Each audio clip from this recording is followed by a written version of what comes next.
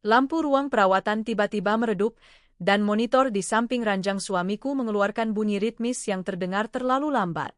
Tanganku menggenggam gelas obat, dingin dan licin, sementara matanya menatapku tanpa berkedip, penuh harap dan sesuatu yang tak bisa kuterjemahkan. Udara terasa berat, seperti menekan dada, dan aku sadar aku sendirian dalam keputusan ini.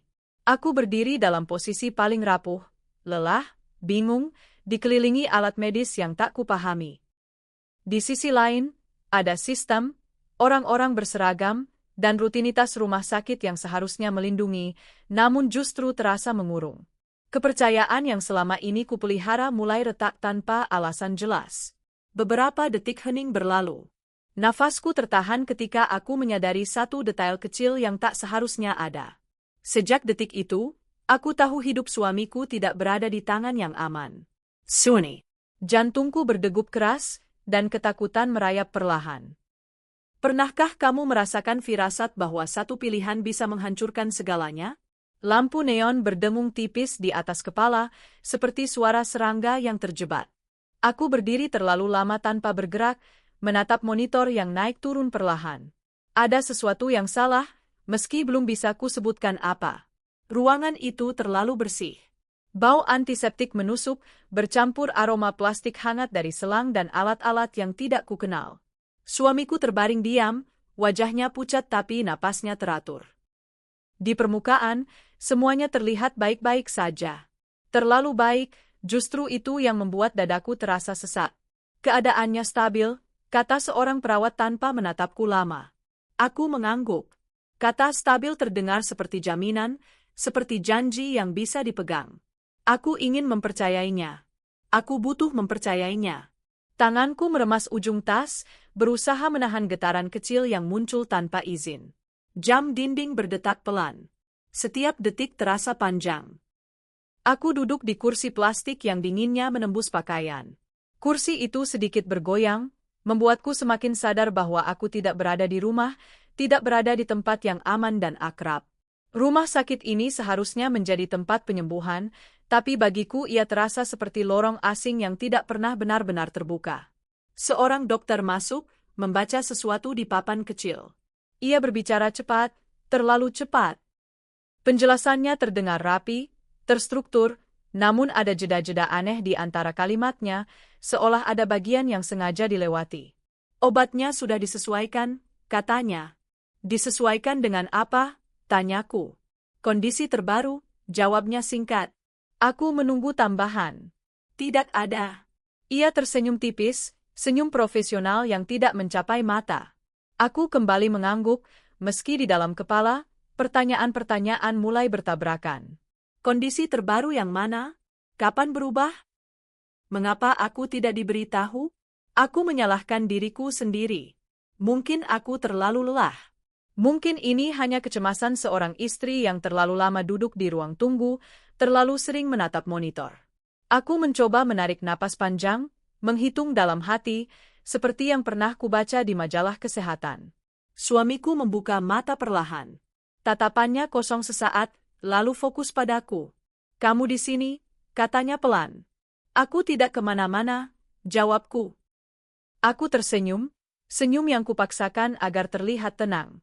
Dalam hati, ada rasa takut kecil yang bergetar. Ia terlihat lebih lemah dari pagi tadi. Atau mungkin itu hanya perasaanku. Seorang perawat lain masuk membawa nampan. Ia meletakkannya dengan gerakan hati-hati, terlalu hati-hati.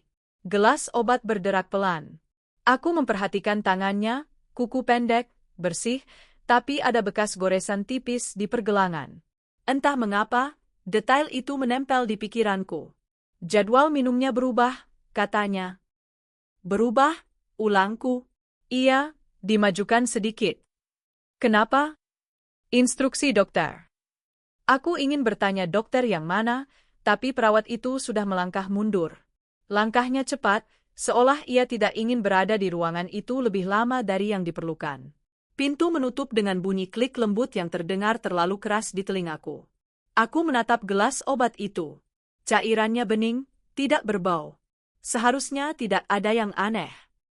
Namun dadaku terasa berat, seperti ada tangan tak terlihat yang menekan perlahan. Kamu kenapa? Tanya suamiku. Tidak apa-apa, jawabku cepat. Aku benci betapa mudahnya aku berbohong padanya. Aku tidak ingin menambah beban pikirannya. Ia sudah cukup menderita. Aku mengambil gelas itu, lalu berhenti. Ada jeda singkat, hampir tak terasa, tapi cukup untuk membuatku sadar bahwa aku ragu. Minum dulu, kataku akhirnya. Ia menurut, menelan obat itu tanpa protes. Aku mengamati wajahnya, menunggu reaksi. Tidak ada. Napasnya tetap teratur. Aku sedikit lega, meski rasa waspada itu tidak sepenuhnya hilang. Waktu berlalu dengan cara yang aneh di rumah sakit. Kadang cepat, kadang menyiksa lambat. Perawat datang dan pergi. Dokter berganti shift. Setiap orang mengatakan hal yang hampir sama, namun tidak pernah persis sama. Kata-kata mereka seperti potongan puzzle yang tidak pernah benar-benar menyatu. Progresnya bagus, kata seorang dokter sore itu. Pagi tadi katanya stabil, jawabku. Ya, itu bagus. Aku menunggu penjelasan lebih lanjut. Tidak ada. Ia menulis sesuatu, lalu pergi. Aku menatap punggungnya, merasa ditinggalkan di tengah kalimat yang tidak selesai. Malam mulai turun. Cahaya di luar jendela berubah menjadi pantulan lampu kota yang buram. Aku menutup gorden sedikit, menciptakan ruang sempit yang terasa lebih pribadi. Namun justru di ruang sempit itu, ketidaknyamanan semakin terasa. Setiap suara kecil terdengar jelas. Roda troli, langkah kaki, bisikan di koridor. Aku keluar sebentar untuk ke toilet. Lorong tersedinjen. Dinding putih memantulkan cahaya, membuat semuanya terlihat datar dan tanpa bayangan. Di sudut lorong, dua perawat berbicara pelan. Mereka berhenti saat melihatku. Salah satu dari mereka tersenyum, senyum yang sama seperti sebelumnya. Profesional, cepat, kosong. Aku kembali ke ruangan dengan langkah lebih pelan. Ada perasaan aneh, seperti aku baru saja melewati sesuatu yang seharusnya tidak kulihat. Aku menutup pintu perlahan, memastikan tidak ada suara. Swamiku tertidur. Monitor berdetak sisa. Aku duduk, memejamkan mata sejenak. Dalam gelap itu, pikiranku bekerja terlalu aktif. Setiap detail kecil berputar ulang. Jadwal yang berubah. Jawaban singkat. Tatapan yang menghindar. Semua masih terlalu samar untuk disebut ancaman, tapi cukup jelas untuk mengganggu. Aku membuka mata ketika mendengar suara kertas. Seorang perawat masuk membawa map. Ia terkejut melihatku masih terjaga. Oh, maaf, katanya. Tidak apa-apa. Ia meletakkan map itu di meja kecil, lalu mulai memeriksa infus. Gerakannya cepat, terlatih. Aku memperhatikan map itu. Sampulnya sedikit terlipat, sudutnya aus. Ada label nama suamiku di sana. Boleh saya lihat? Tanyaku. Ia berhenti sejenak. Hanya sejenak, tapi jeda itu cukup untuk membuatku menegang. Nanti saja, Bu, katanya. Ini untuk dokter. Sebentar saja. Ia menatapku, lalu mengangguk. Sebentar. Ia membuka map itu, menahan dengan tangannya sendiri. Aku hanya bisa melihat sekilas. Angka-angka, istilah medis. Namun ada satu baris yang membuatku mengernyit. Dosis obat yang tertulis tidak sama dengan yang kuingat disebutkan dokter pagi tadi. Mungkin itu versi lama, katanya cepat, seolah membaca pikiranku. Kapan diperberi? Tanyaku. Siang. Dokter yang sama? Ia tidak langsung menjawab. Tangannya merapikan kertas, terlalu lama untuk gerakan sesederhana itu. Saya harus lanjut, katanya akhirnya. Ia menutup map dan pergi. Pintu kembali menutup dengan bunyi klik yang sama. Aku menatap meja kosong tempat map itu tadi berada. Jantungku berdetak lebih cepat. Ada rasa dingin di ujung jari. Aku mencoba meyakinkan diri bahwa aku salah lihat. Angka-angka itu rumit. Aku bukan tenaga medis. Mudah sekali salah paham. Namun bagian dalam diriku menolak tenang. Ada suara kecil yang terus berbisik, menyuruhku memperhatikan, menyuruhku tidak mengabaikan ini seperti detail-detail sebelumnya. Aku menunggu sampai ruangan kembali sepi. Lalu aku berdiri, melangkah pelan ke meja perawat di ujung lorong.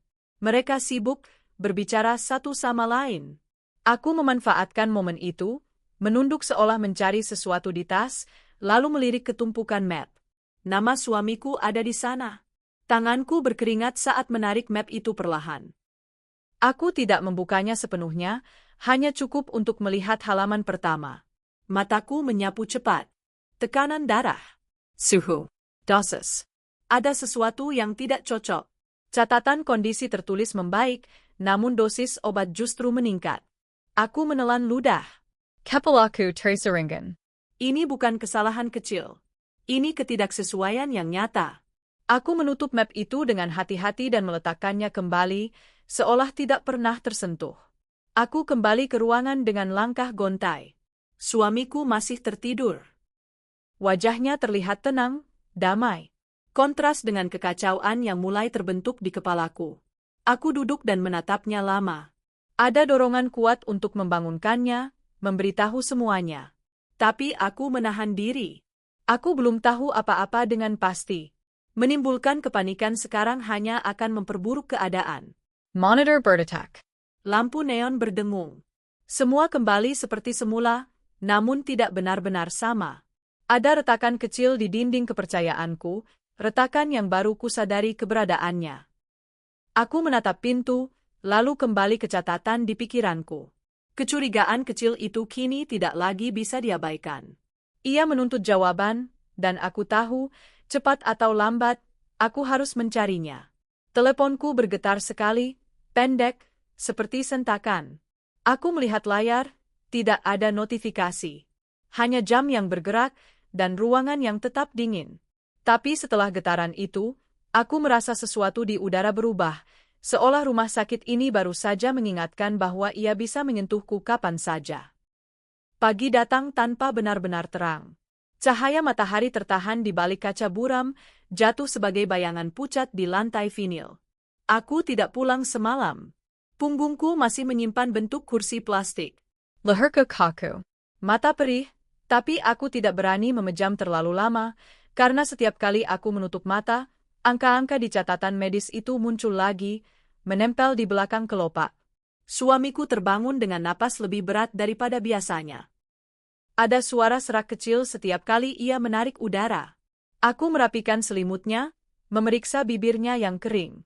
Tanganku bergerak otomatis, seperti kebiasaan lama di rumah, menyiapkan air hangat, menyapu remah di meja, memastikan lampu teras padam.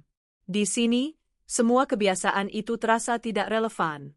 Yang ada hanya monitor, infus, dan orang-orang yang datang membawa kalimat-kalimat yang tidak pernah selesai. "Kamu tidur?" ia bertanya, suaranya tipis. "Sedikit," jawabku. Ia menatapku lama, seolah ingin memastikan aku masih sama. Aku mencoba tersenyum, tapi aku sadar senyumku tidak utuh. Ada sisi wajahku yang menahan sesuatu. "Jangan terlalu capek," katanya. Aku mengangguk. Kata itu membuat dadaku menghangat sekaligus sakit. Ada rasa bersalah yang tidak bisa kujelaskan, bersalah karena curiga pada tempat yang seharusnya menolongnya, bersalah karena pikiranku dipenuhi skenario buruk, bersalah karena aku tidak bisa memberi dia ketenangan yang layak. Seorang perawat masuk membawa tensimeter. Ia memeriksa tekanan darah suamiku, mencatat, lalu menoleh padaku. "Nanti jam 10 ada tindakan kecil," katanya. "Tindakan apa?" tanyaku. "Cuma evaluasi." "Standar," jawabnya. Aku menunggu detail, prosedur, alasan, risiko. Tapi ia sudah merapikan alat, sudah setengah melangkah keluar. Seperti semua orang di sini, ia bergerak cepat, seperti mereka takut jika tinggal terlalu lama, mereka harus menjelaskan lebih banyak. "Bu," suamiku memanggil pelan ketika perawat itu pergi. "Kenapa kamu tanya terus?" Aku menelan ludah. Aku ingin berkata, karena aku takut. Karena aku merasa ada yang tidak beres. Karena aku melihat catatan yang tidak cocok. Tapi kata-kata itu terasa tajam, bisa melukai. Dan aku tidak ingin luka baru tumbuh di antara kami. "Cuma ingin ngerti," jawabku, suara sengaja kutipiskan. Biar aku tidak salah langkah. Ia menghela napas. Matanya memejam sebentar, seperti menahan lelah. Aku menatap wajahnya dan tiba-tiba aku ingat sesuatu. beberapa minggu sebelum ia masuk rumah sakit, ia pernah bilang, hampir bercanda, bahwa kadang orang bisa dibunuh dengan cara paling rapi, tanpa darah, tanpa suara. Saat itu aku menertawakannya, menganggapnya lelucon gelap setelah menonton berita. Sekarang kalimat itu kembali, menabrak di kepalaku seperti pintu yang tertutup keras. Aku menepisnya. Aku memaksa pikiran untuk tetap rasional. Ini rumah sakit, bukan film. Kesalahan administrasi bisa terjadi. Dosis bisa berubah karena faktor yang tidak kupahami. Aku harus bertindak seperti orang dewasa, tanya, catat, cari penjelasan. Jam 9 lewat. Aku keluar ke lorong, mencari dokter jaga. Suara langkah kaki menggema pelan. Di ujung koridor, ada papan pengumuman yang penuh tulisan kecil, jam kunjungan, aturan ketat, larangan merekam, larangan mengambil foto dokumen, dan satu kalimat yang tertulis tebal. Informasi medis hanya diberikan kepada keluarga inti dengan prosedur. Aku adalah keluarga inti. Tapi kalimat itu terasa seperti pagar, bukan perlindungan. Di meja perawat, ada 2 orang yang sedang menunduk di depan komputer. Aku berdiri beberapa detik, menunggu mereka menoleh.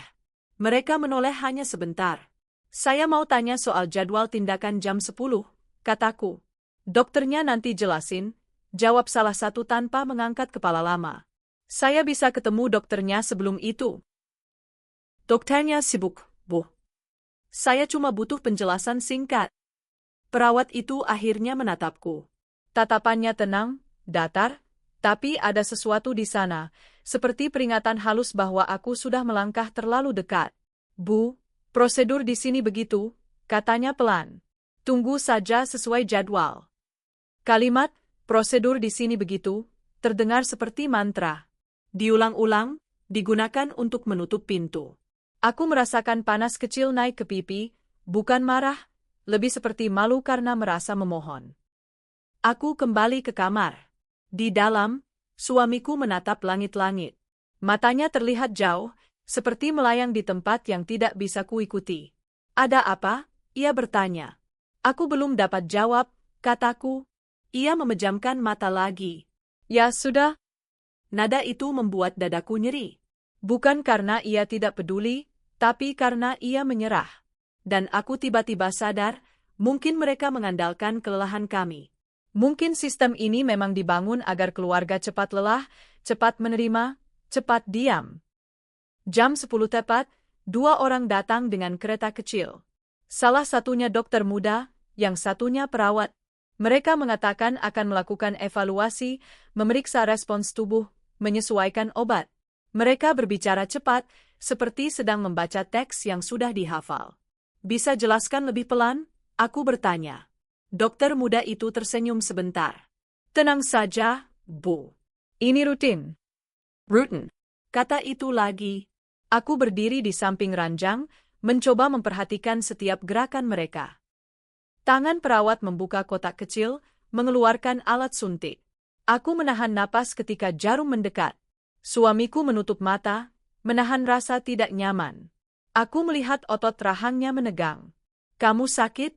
Tanyaku. Tidak apa-apa, jawabnya, tapi suaranya menipis. Selesai. Mereka merapikan alat, meninggalkan ruangan secepat datangnya. Aku menyusul ke pintu. Dok, panggilku. Dokter itu berhenti setengah langkah. Obat yang diberikan, dosisnya naik ya? Padahal catatan kondisinya membaik. Senyumnya tidak hilang, tapi menjadi lebih kaku. Itu penyesuaian klinis, Bu. Tidak perlu khawatir. Penyesuaian apa? Berdasarkan hasil apa? Matanya bergerak sebentar ke arah perawat di sampingnya. Hanya sekejap, tapi cukup untuk membuatku merinding. Seolah mereka saling mengingatkan sesuatu. Bu, katanya lebih pelan, lebih tegas, jangan membaca catatan medis tanpa izin. Bisa menimbulkan salah paham. Aku membeku. Kalimat itu bukan jawaban. Itu teguran. Aku istrinya, kataku, mencoba tetap tenang. Justru itu, jawabnya. Ibu sedang cemas. Itu wajar. Tapi terlalu banyak informasi bisa membuat ibu tambah stres. Ia pergi sebelum aku sempat berkata lagi. Pintu menutup. Ruangan kembali sunyi, hanya monitor yang berdetak pelan. Aku berdiri di tempat, menatap pintu seperti menatap orang yang baru saja mengambil sesuatu dariku. Aku kembali duduk. Tengengku jamatar. Aku menatap suamiku yang kini menelan ludah dengan susah payah. Keringat tipis muncul di pelipisnya. "Kamu kenapa?" tanyaku. "Sedikit pusing," katanya. Aku mengambil tisu, mengusap keringatnya pelan. Di dalam kepalaku, alarm kecil mulai berbunyi lebih jelas. Aku menahan diri untuk tidak panik. Aku memaksa napas tetap stabil. Aku mencoba rasional. Pusing bisa efek samping biasa. Wajar setelah tindakan. Tapi rasa diawasi itu, rasa bahwa aku baru saja diperingatkan agar diam, itu tidak bisa dijelaskan dengan logika sederhana. Siang menjelang. Aku pergi sebentar ke kantin rumah sakit, membeli kopi instan dalam gelas kertas. Rasanya pahit dan hangat. Di meja, ada ibu-ibu lain yang berbicara pelan tentang biaya, tentang jadwal dokter, tentang keluarga yang datang bergantian. Suara mereka seperti latar radio yang tidak bisa kumatikan. Aku membuka ponsel, mencari informasi tentang obat yang diberikan. Nama obat itu sulit dieja, kombinasi huruf dan angka. Hasil pencarian membuatku semakin bingung. Efek sampingnya luas. Pusing, mual, tekanan darah turun. Tapi ada juga sesuatu yang membuatku membeku, dosis tertentu hanya diberikan untuk kondisi yang lebih berat. Aku menutup ponsel cepat, seperti takut layar itu dilihat orang. Aku menoleh. Di pojok kantin, seorang pria berseragam satpam berdiri, tangannya memegang radio. Tatapannya tidak jelas tertuju ke siapa, tapi saat aku menatapnya, ia segera memalingkan wajah. Paranoia itu muncul seperti kabut. Aku tahu aku mungkin membesar-besarkan. Tapi tubuhku bereaksi sebelum logika sempat menenangkan, telapak tangan berkeringat, dada menegang, napas pendek. Aku kembali ke ruangan. Di depan pintu, ada perawat yang belum kulihat sebelumnya. Rambutnya disanggul rapi, wajahnya muda tapi matanya tua, seperti sudah melihat terlalu banyak. Ia berdiri di sana seolah menungguku. "Bu," katanya pelan. Aku berhenti. "Ibu jangan sering keluar masuk," lanjutnya. "Nanti mengganggu prosedur." Nada suaranya tidak kasar, tapi kalimat itu terasa seperti tali yang dililitkan perlahan. "Aku cuma ke kantin," kataku. "Iya, tapi aturan." Aku menatapnya beberapa detik, mencoba membaca ekspresinya. Wajahnya tetap netral. Tapi ada sesuatu di sudut bibirnya, seperti ia menahan kata lain. Aku mengangguk. Masuk. Menutup pintu. Suamiku tidur lagi. Aku duduk di sampingnya, memegang tangannya. Kulitnya lebih dingin dari biasanya. Aku merasakan denyut nadi yang lemah, dan rasa takutku berubah bentuk, bukan lagi hanya curiga, tapi dorongan primal untuk melindungi. Seperti ketika aku dulu menjaga anak kami saat demam tinggi, duduk semalaman di tepi kasur, menunggu napas kecilnya stabil. Tapi sekarang, anak kami tidak ada di sini. Ia dititipkan pada kakakku sejak suamiku dirawat. Setiap kali aku ingat wajahnya, rasa bersalah menumpuk. Aku jauh darinya, dan aku bahkan tidak yakin suamiku aman. Sore hari, kakakku menelepon. Gimana, tanyanya? "Masih di sini," jawabku. "Dokter bilang apa?" Katanya stabil. Sekerla. Aku ingin berkata lebih banyak, tapi aku menahan. Ada rasa malu untuk mengucapkan bahwa aku curiga. Takut dianggap berlebihan. Takut dianggap tidak waras. Aku menutup telepon dengan kalimat sederhana, lalu menatap jendela. Di luar, langit kelabu. Pantulan lampu koridor menari di kaca. Malam datang lagi. Rumah sakit berubah wajah saat malam, lebih sunyi, lebih panjang. Suara televisi dari ruang tunggu terdengar jauh, seperti berasal dari dunia lain. Di kamar, hanya ada lampu kecil yang menyala, membuat sudut-sudut ruangan berbayang. Perawat malam masuk membawa obat. Kali ini bukan yang muda tadi. Wajahnya lebih tua, suaranya lebih tegas. "Obat malam," katanya. Aku berdiri, memperhatikan gelasnya. Aku mencoba tampak biasa, tapi jantungku berlari. "Boleh saya lihat labelnya?" "Tanyaku." Perawat itu mengangkat alis. "Untuk apa?" Biar saya catat, supaya tidak lupa kalau ditanya dokter. Ia menatapku beberapa detik, lalu memutar gelas sedikit sehingga labelnya terlihat. Aku membaca cepat. Nama obat. Dosis. Jam pemberian. Semuanya tampak rapi. Tapi saat aku ingin mengambil ponsel untuk memotret, perawat itu menggeser gelas kembali, menutup label. Tidak boleh foto, katanya. Aku menelan ludah. Saya cuma catat. Catat saja di kertas. Aku mengangguk dan mengambil buku kecil dari tas. Tanganku menulis, tapi pikiranku hanya fokus pada satu hal, mengapa setiap gerakanku dibatasi? Mengapa aku diperlakukan seperti ancaman? Suamiku menelan obat itu, lagi-lagi tanpa protes. Aku menatap wajahnya, menunggu reaksi. Kali ini, beberapa menit setelah obat masuk, napasnya terasa lebih berat. Ia menggeliat kecil, seperti tidak nyaman. Kamu gimana? Tanyaku. Agak sesak, katanya. Aku langsung menekan tombol panggil perawat. Bunyi kecil terdengar di panel. Menunggu. 5 detik. 10. Tidak ada yang datang. Aku menekan lagi. Suamiku memejamkan mata kuat-kuat, tangannya menggenggam selimut. Aku berdiri dan membuka pintu, memanggil ke lorong. Perawat. Langkah kaki terdengar dari jauh. Bukan cepat. Santai, seolah tidak ada urgensi. Perawat yang tadi datang, masuk lagi, wajahnya tetap tenang. Kenapa, Bu? Dia sesak. Setelah minum obat. Perawat itu mendekat, memeriksa oksigen, melihat monitor. Ia mengangguk pelan. Masih normal. Tapi dia merasa sesak. Itu efek sementara, katanya, lalu menatap suamiku. Tarik napas pelan, Pak. Suamiku menurut, tapi wajahnya tetap tegang. Aku menatap perawat itu, mencoba mencari empati. Yang kutemukan hanya ketenangan yang terlalu rapi. Ketika ia berbalik, aku melihat sesuatu. Di saku seragamnya ada kartu kecil yang setengah keluar. Di kartu itu, ada tulisan tangan. Bukan cetakan rumah sakit. Tulisan tangan kecil, seperti catatan pribadi.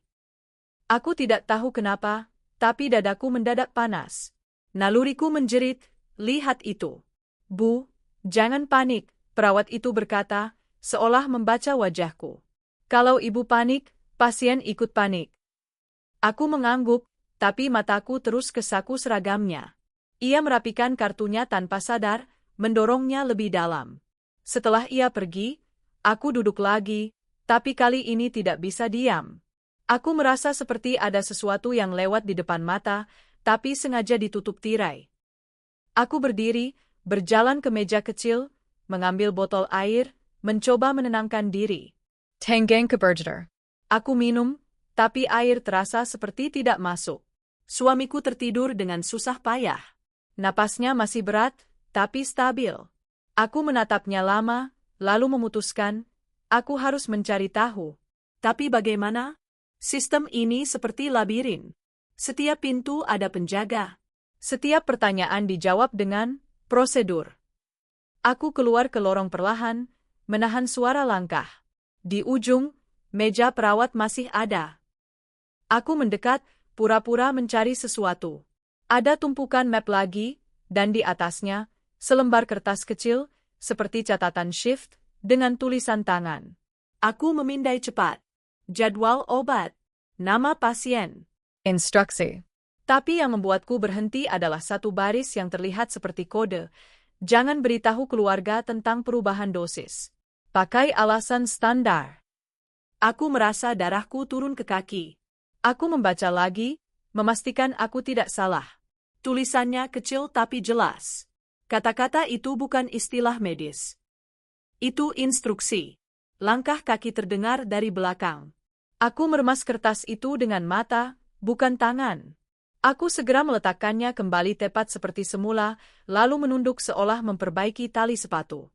Seorang perawat muda lewat, menoleh sekilas, lalu melanjutkan. Aku menahan napas sampai ia pergi.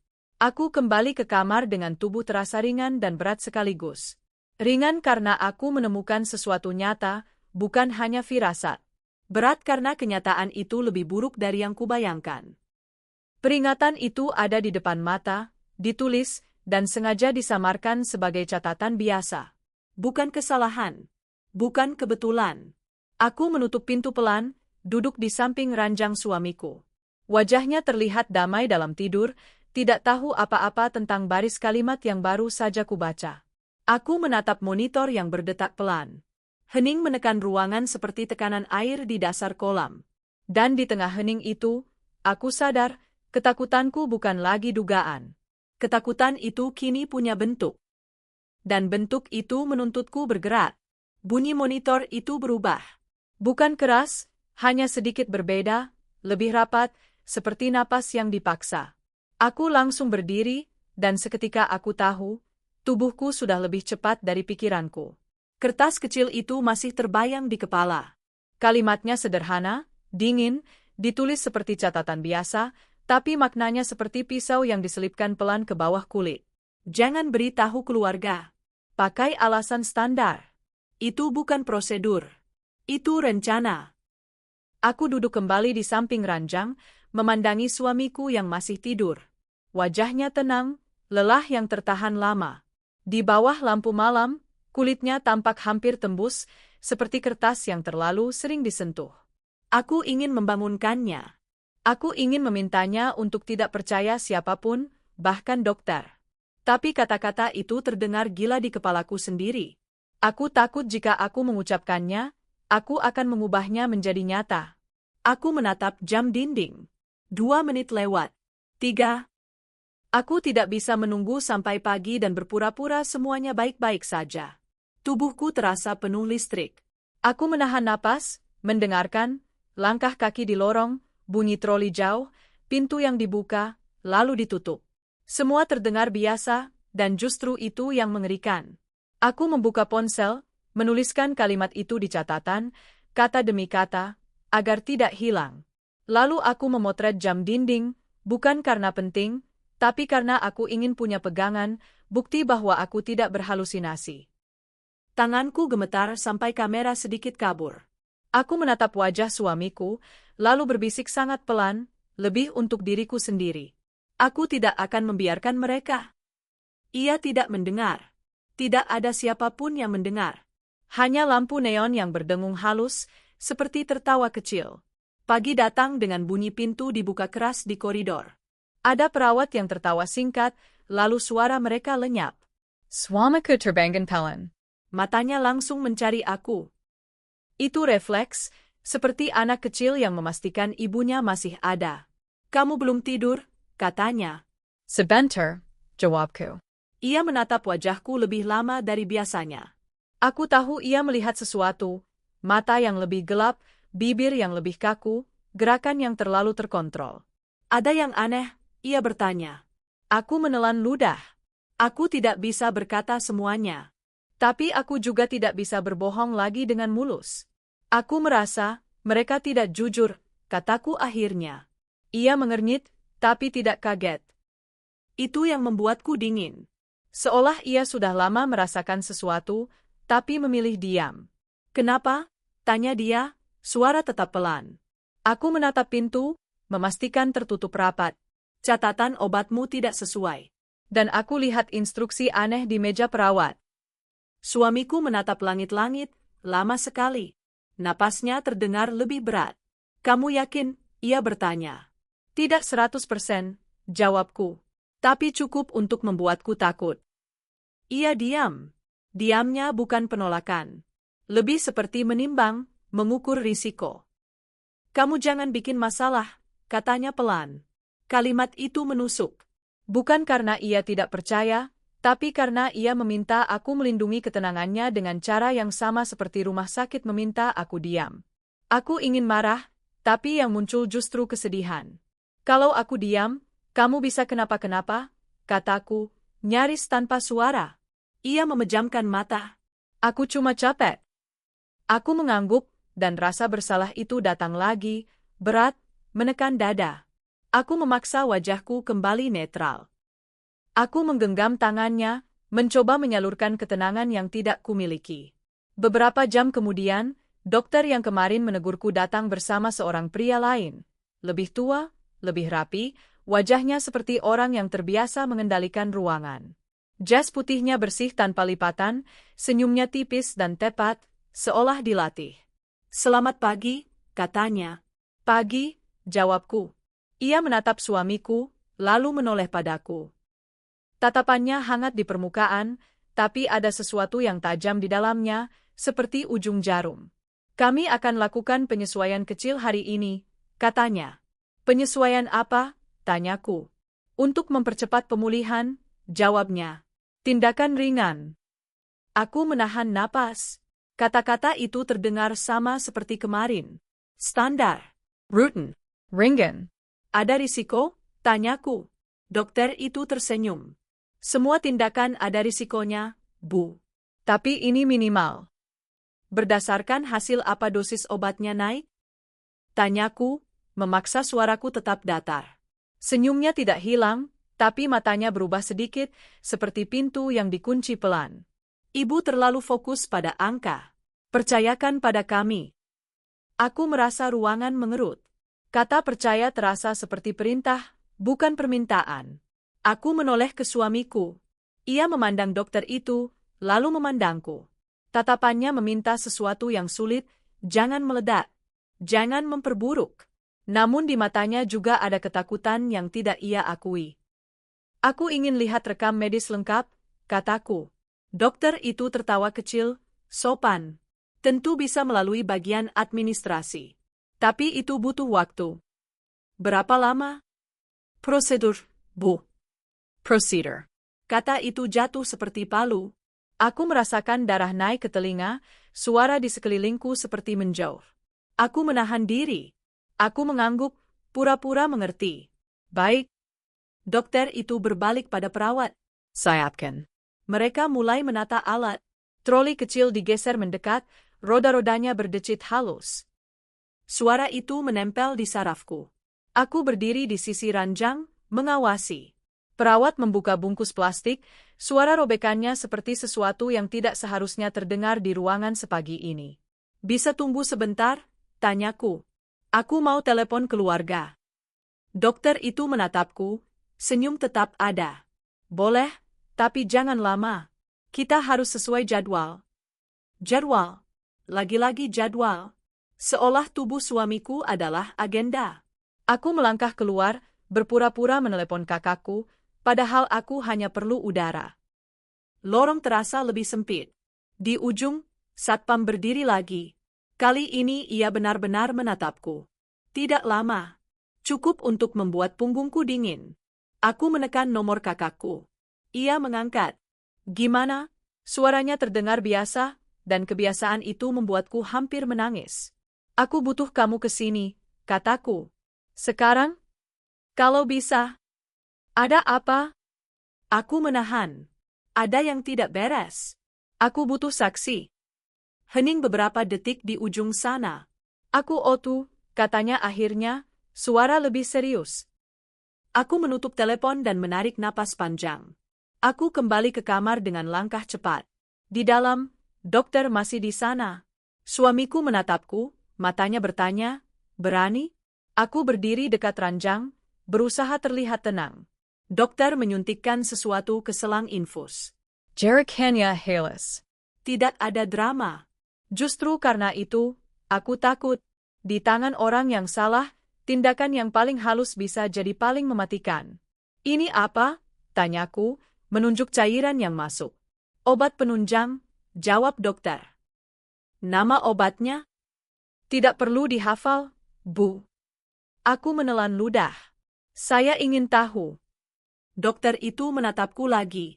Senyumnya tipis, seperti memaafkan anak kecil yang cerewet. "Nanti saya jelaskan." Perawat lain mencatat sesuatu di clipboard. Aku melihat pena bergerak cepat. Aku ingin memeriksa, tapi jarak terasa seperti garis larangan. Suamiku menutup mata, menahan dingin dari cairan yang masuk. Aku memegang tangannya. Ia menggenggam balik, kuatnya tidak seperti biasa.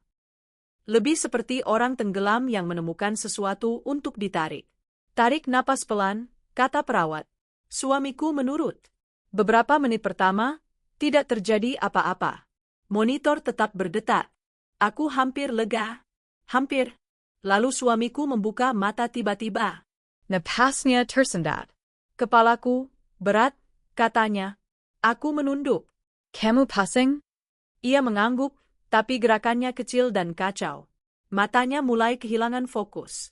Aku melihat pupilnya bergerak lambat, seperti terlambat mengejar cahaya. Ini normal, kata dokter cepat, tapi terlalu cepat.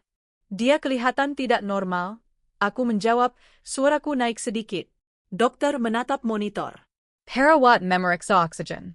Semua masih bergerak dengan ketenangan yang mengerikan, seolah mereka sedang mengikuti skenario yang sudah mereka hafal. Suamiku menghela napas keras, lalu batuk kering. Batuknya tidak terdengar seperti flu. Lebih seperti tubuhnya menolak sesuatu yang tidak bisa dikeluarkan. Kamu dengar aku? Tanyaku, memegang pipinya. Matanya menatapku, tapi kosong, seperti kaca yang baru saja retak. Bibirnya bergerak, tapi suaranya tidak keluar. Dok, aku memanggil. Dokter itu mendekat, menekan sesuatu di alat, mengatur kecepatan infus. Tenang, Bu. Jangan bilang tenang. Lihat dia. Ini reaksi sementara. Apa yang Anda masukkan barusan? Tanyaku, lebih keras. Ruangan mendadak sunyi. Sunyi yang tidak wajar. Aku sadar perawat berhenti bergerak sejenak, seperti semua orang menunggu apakah aku akan melewati batas. Dokter menatapku tanpa senyum sekarang. Wajahnya tetap tenang, tapi matanya seperti menilai, seberapa jauh perempuan ini bisa diredam? Bu, katanya pelan, kalau ibu terus mengintervensi, kami bisa minta ibu keluar. Aku membeku. Kata keluar terdengar seperti ancaman yang dibungkus aturan. Swamika menggiliat. Tubuhnya menegang, lalu lemas. Kepala miring sedikit. Monitor berbunyi lebih cepat, lalu ada bunyi alarm kecil yang memotong udara, singkat tapi tajam. Aku merasa darahku menghilang. Aku menekan tombol panggil perawat, meski mereka sudah ada di situ. Aku ingin melakukan sesuatu, apapun, agar dunia ini berhenti berjalan sesuai rencana mereka. Perawat memeriksa tekanan darah. Wajahnya tetap datar, tapi tangannya bergerak lebih cepat. Dokter berkata sesuatu dalam istilah medis yang tidak kupahami. Kata-kata itu seperti kabut. Apa yang terjadi? Aku bertanya, hampir berbisik. Reaksi, jawab dokter. Kamu bohong, aku ingin berkata, tapi lidahku terasa beku. Suamiku tiba-tiba memuntahkan cairan kecil. Tidak banyak, tapi cukup membuat panik menembus kulitku. Cairannya bening dengan sedikit busa, dan bau asamnya memenuhi ruangan. Alergi, tanyaku. Tidak, jawab dokter terlalu cepat. Perawat mengganti sesuatu di selang. Aku memperhatikan, mencoba mencatat, tapi semua terlalu cepat, seperti potongan film yang dipotong terlalu pendek. Aku berdiri di sisi ranjang, tidak tahu harus kemana. Aku tidak bisa mendekat lebih jauh karena perawat menghalangi. Aku tidak bisa mundur karena itu terasa seperti menyerah. Aku hanya berdiri, merasakan tubuhku sendiri menjadi benda. Pak, aku memanggil suamiku. Dengar aku. Matanya setengah terbuka. Ada air di sudutnya. Aku tidak tahu apakah itu air mata atau reaksi tubuh. Tangannya meraba-raba selimut, mencari tanganku, tapi tidak menemukan. Aku meraih cepat, menggenggam. Jarinya Dinjen. Jangan tinggalin aku, kataku, tanpa sadar. Dokter menoleh padaku, tajam. Bu, fokus. Kami sedang menangani. Aku ingin menjerit, aku istrinya, bukan penonton. Tapi yang keluar hanya napas pendek, patah. Alarm berbunyi lagi, lebih lama. Kali ini pintu terbuka, perawat lain masuk dengan langkah cepat. Trolley Diderong. Ruangan yang tadinya terasa sempit kini penuh orang dan alat. Bawa oksigen, kata seseorang. Masker ditempelkan ke wajah suamiku. Selang menempel di pipinya. Napasnya terdengar seperti tarikan air dari sedotan yang tersumbat. Aku mundur setengah langkah karena terdesak. Punggungku menyentuh dinding. Dinding itu dingin, keras, seperti mengatakan, kamu tidak punya kuasa di sini. Kenapa ini terjadi? Aku bertanya lagi, suaraku pecah. Tidak ada yang menjawab. Mereka hanya bergerak. Tenang. Efficient. Seolah ini sudah diperkirakan. Kakakku menelepon lagi, tapi aku tidak mengangkat. Ponselku bergetar di tangan, tapi aku tidak bisa memindahkan mata dari suamiku. Aku melihat wajahnya mulai membiru di bibir, sedikit, nyaris tidak terlihat, tapi cukup untuk membuatku hampir jatuh. Aku mencoba masuk di antara mereka. Seorang perawat menahan lenganku, lembut tapi tegas. Bu, jangan dekat, katanya.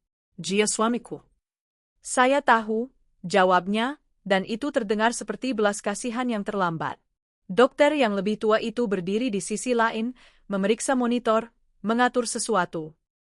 Ia tampak seperti kapten kapal yang tenang saat badai, tapi ketenangannya bukan menenangkan, ketenangannya terasa seperti kontrol. Aku menatap wajahnya, mencoba mencari tanda panik. Tidak ada. Hanya fokus. Hanya rutinitas. Dan itu membuatku sadar, dengan cara yang paling menyakitkan, mungkin ini bukan kecelakaan. Mungkin ini memang bagian dari prosedur mereka. Suamiku mendadak menggeliat keras, tubuhnya menegang, lalu lemas lagi. Matanya terbuka lebar sesaat, menatapku seperti orang yang baru sadar sedang tenggelam. Bibirnya bergerak. Ah, suaranya nyaris tidak terdengar. Aku mencondongkan tubuh, memaksa mendekat, mengabaikan tangan perawat. Apa? Sayang, apa? Matanya berkedip lambat. Lalu kosong lagi. Monitor mengeluarkan bunyi yang berubah, lebih panjang, lebih tajam. Alarm itu tidak lagi sekadar peringatan kecil. Ia menjadi teriakan mekanis. Tekanannya turun, kata perawat. Kita pindahkan, kata dokter. Mereka mulai melepaskan sesuatu, memasang sesuatu. Ranjang Digzer. Roda berdecit, cepat. Aku berusaha mengikuti, tapi seseorang menghalangi. Bu, tunggu di sini, kata perawat. Tidak, aku hampir berteriak. Dokter menoleh sekilas, dingin. Kalau ibu menghalangi, kami akan panggil keamanan. Keamanan, kata itu seperti pisau kedua. Aku berdiri di tempat, napas memburu. Suamiku didorong keluar kamar. Lampu lorong memantul di wajahnya yang pucat, membuatnya terlihat seperti orang asing. Tangannya terkulai di samping ranjang. Jarinya terbuka, tidak lagi menggenggam apapun. Aku mengejar sampai batas, lalu pintu lorong tindakan menutup. Kaca kecil di pintu memperlihatkan bayangan bergerak di dalam, putih, cepat, tanpa suara. Aku menempelkan telapak tangan ke pintu yang dingin. Bunyi monitor terdengar dari dalam, terputus-putus. Nafasku sendiri terdengar terlalu keras. Di belakangku, lorong tetap berjalan seperti biasa. Ada orang lewat membawa kopi, ada suara tawa pelan dari ujung, ada roda troli yang berdecit. Dunia tidak berhenti, meski hidupku baru saja tergantung pada bunyi alarm. Aku menatap kaca kecil itu, mencoba menangkap wajah suamiku di antara tubuh-tubuh berseragam. Tidak terlihat. Hanya gerakan cepat, tertutup. Dan di tengah kebisingan yang samar itu, aku merasakan sesuatu runtuh di dalam diri, bukan hanya kepercayaan, tapi rasa aman yang paling dasar. Aku berdiri sendirian di depan pintu yang tertutup, dengan satu pertanyaan yang menjerit tanpa suara. Apa yang baru saja mereka lakukan padanya? Pintu itu tertutup di depanku, dan bunyi kunci magnetnya seperti cap terakhir.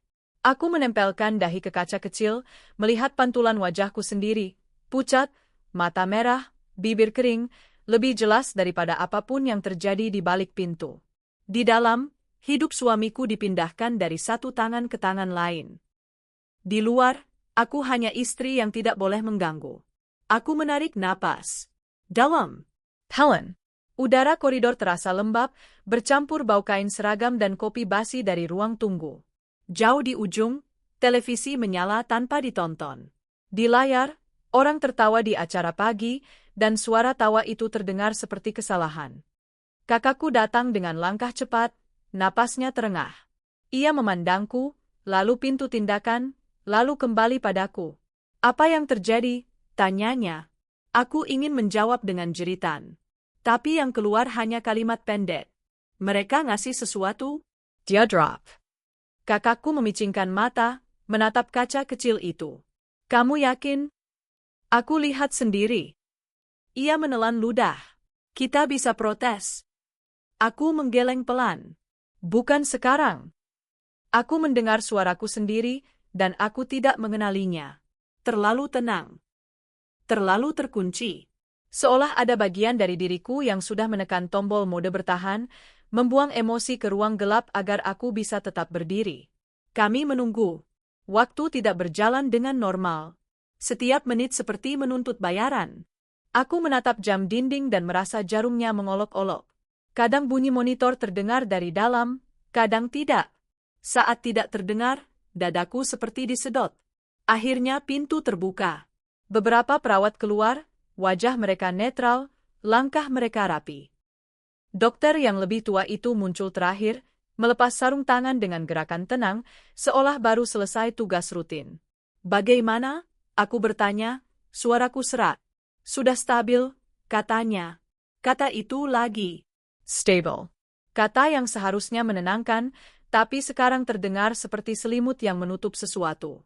Apa yang menyebabkan drop? Kakakku bertanya. Dokter itu menatap kakakku sebentar, lalu menatapku. Reaksi tubuh. Kami sudah atasi. Reaksi terhadap apa? Aku memaksa. Ia tersenyum kecil. Ibu jangan menyimpulkan sendiri. Kalimat itu lembut, tapi isinya seperti menekan kepala.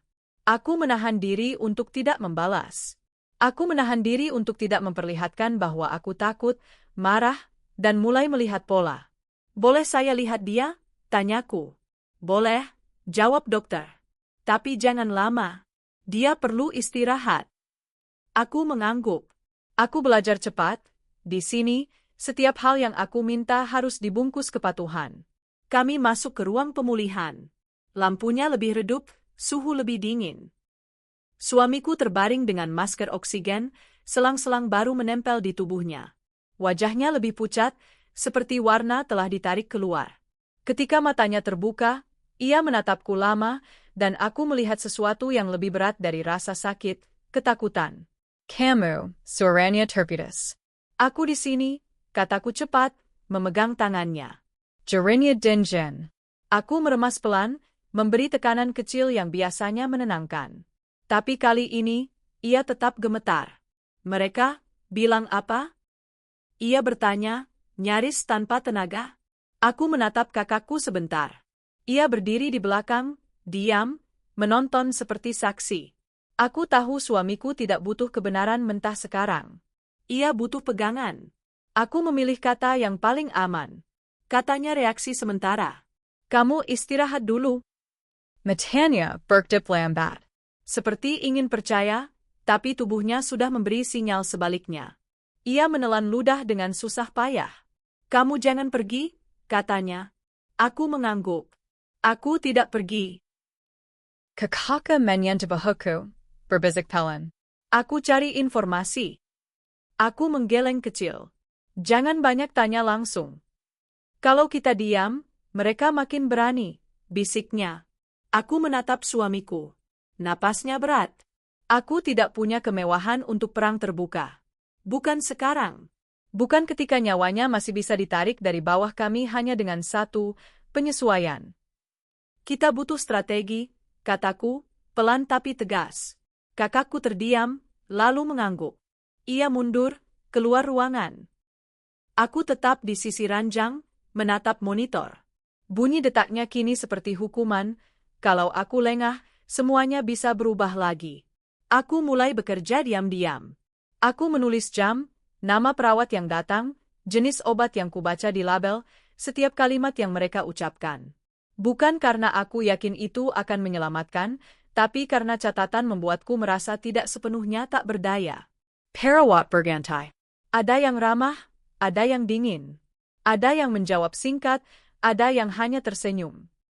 Aku memperhatikan tangan mereka, kebiasaan kecil mereka. Siapa yang selalu menyentuh saku sebelum bicara, siapa yang menghindari tatapan ketika kutanya soal dosis, siapa yang selalu memastikan pintu tertutup sebelum memeriksa infus. Aku berhenti mengajukan pertanyaan seperti kemarin.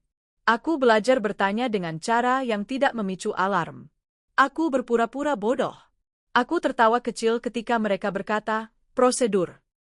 Aku mengatakan, iya, maaf, Bahkan saat dalam kepala aku sedang menajamkan daftar kecurigaan. Suamiku tidur lebih banyak. Ketika ia bangun, ia sering bingung. Pernah sekali ia menatapku seperti tidak mengenal. Itu hanya beberapa detik, tapi cukup untuk membuatku menahan napas sampai dada sakit. "Kamu siapa?" ia bertanya pelan. Aku tersenyum, menahan panik di bawah lidah. "Aku istrimu." Ia memejamkan mata, seperti malu. Aku pusing. Aku mengusap keningnya. Istirahat. Aku tidak berkata bahwa kebingungan itu bisa jadi efek obat. Aku tidak berkata bahwa aku takut otaknya sedang diserang pelan-pelan. Aku menelan semuanya, mengubahnya menjadi kewaspadaan. Sore hari, kakakku kembali dengan wajah lebih tegang. "Administrasi bilang rekam medis harus pakai surat kuasa," katanya pelan. "Surat kuasa dari siapa?" tanyaku. "Dari pasien." "Tapi kondisi dia, kamu tahu." Aku menatap suamiku yang tertidur. Ini seperti jerat. Tanpa surat, aku tidak bisa lihat apa-apa. Tanpa melihat, aku tidak bisa membuktikan. Tanpa bukti, aku hanya istri yang panik. "Ada cara lain?" tanyaku. Kakaku regu. Aku coba tanya kenalan di rumah sakit lain. Tapi apa?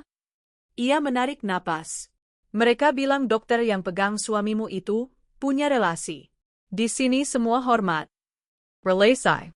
Kata itu menggelincir pelan ke dalam pikiranku, membuka pintu lain. Aku ingat sesuatu yang sebelumnya terasa jauh. Suamiku bekerja di proyek pengadaan. Ia sering pulang larut, membawa map, bicara tentang tender, tentang orang-orang yang tersenyum di rapat tapi menusuk di belakang. Aku menelan ludah. Aku tidak ingin menghubungkan semuanya. Tapi otakku mulai menyambung sendiri, seperti kabel yang akhirnya menemukan soketnya. "Kamu masih ingat?" kakakku berbisik, "masalah yang dia ceritain dulu." Aku menatapnya. "Masalah apa?" "Kamu lupa? 2 bulan lalu dia bilang ada yang ngikutin." Aku membeku. Ingatan itu muncul seperti foto lama yang tiba-tiba jatuh dari lemari. Malam itu, suamiku pulang dengan wajah tegang, memeriksa jendela sebelum masuk. Ia berkata pelan, "Kalau aku kenapa-kenapa, jangan percaya semua orang." Saat itu aku menganggapnya lelah. Paranoia kerja. Aku menenangkannya, menyuruhnya tidur. Aku bahkan sempat kesal karena dia membuat rumah terasa tidak aman. Dan sekarang, rasa bersalah itu menampar keras.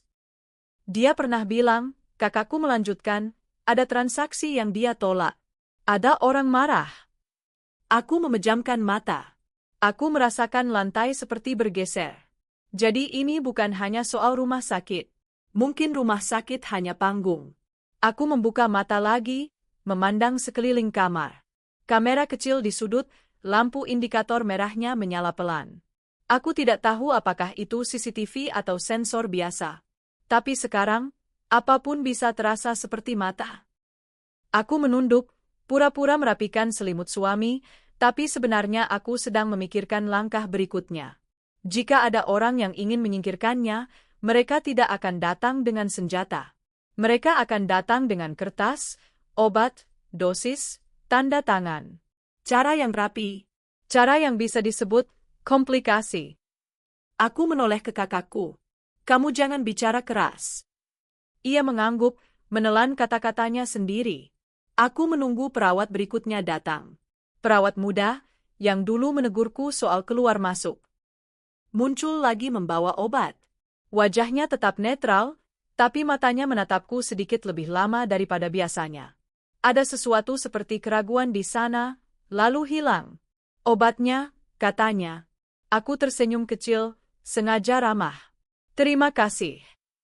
Ia meletakkan gelas, lalu menoleh ke pintu, seperti memastikan tidak ada orang lain. Gerakan itu halus, tapi aku menangkapnya. "Kondisinya masih stabil?" Aku bertanya, suara sengaja lembut. Ia mengangguk cepat. Ayah. "Yang tadi siang, itu kenapa?" Ia menelan ludah. Reaksi. Kata itu keluar seperti hafalan, tapi suaranya bergetar tipis di ujung. Aku menajamkan telinga. Aku mendekat sedikit, masih tersenyum, masih memainkan peran istri yang patuh. "Aku takut salah, Mbak," kataku. Aku cuma mau bantu. Perawat itu menatapku sebentar. Matanya bergerak ke kakakku, lalu kembali ke aku. Ia membuka mulut, menutup lagi. Seolah ada kata yang ingin keluar tapi ditahan oleh sesuatu yang lebih besar.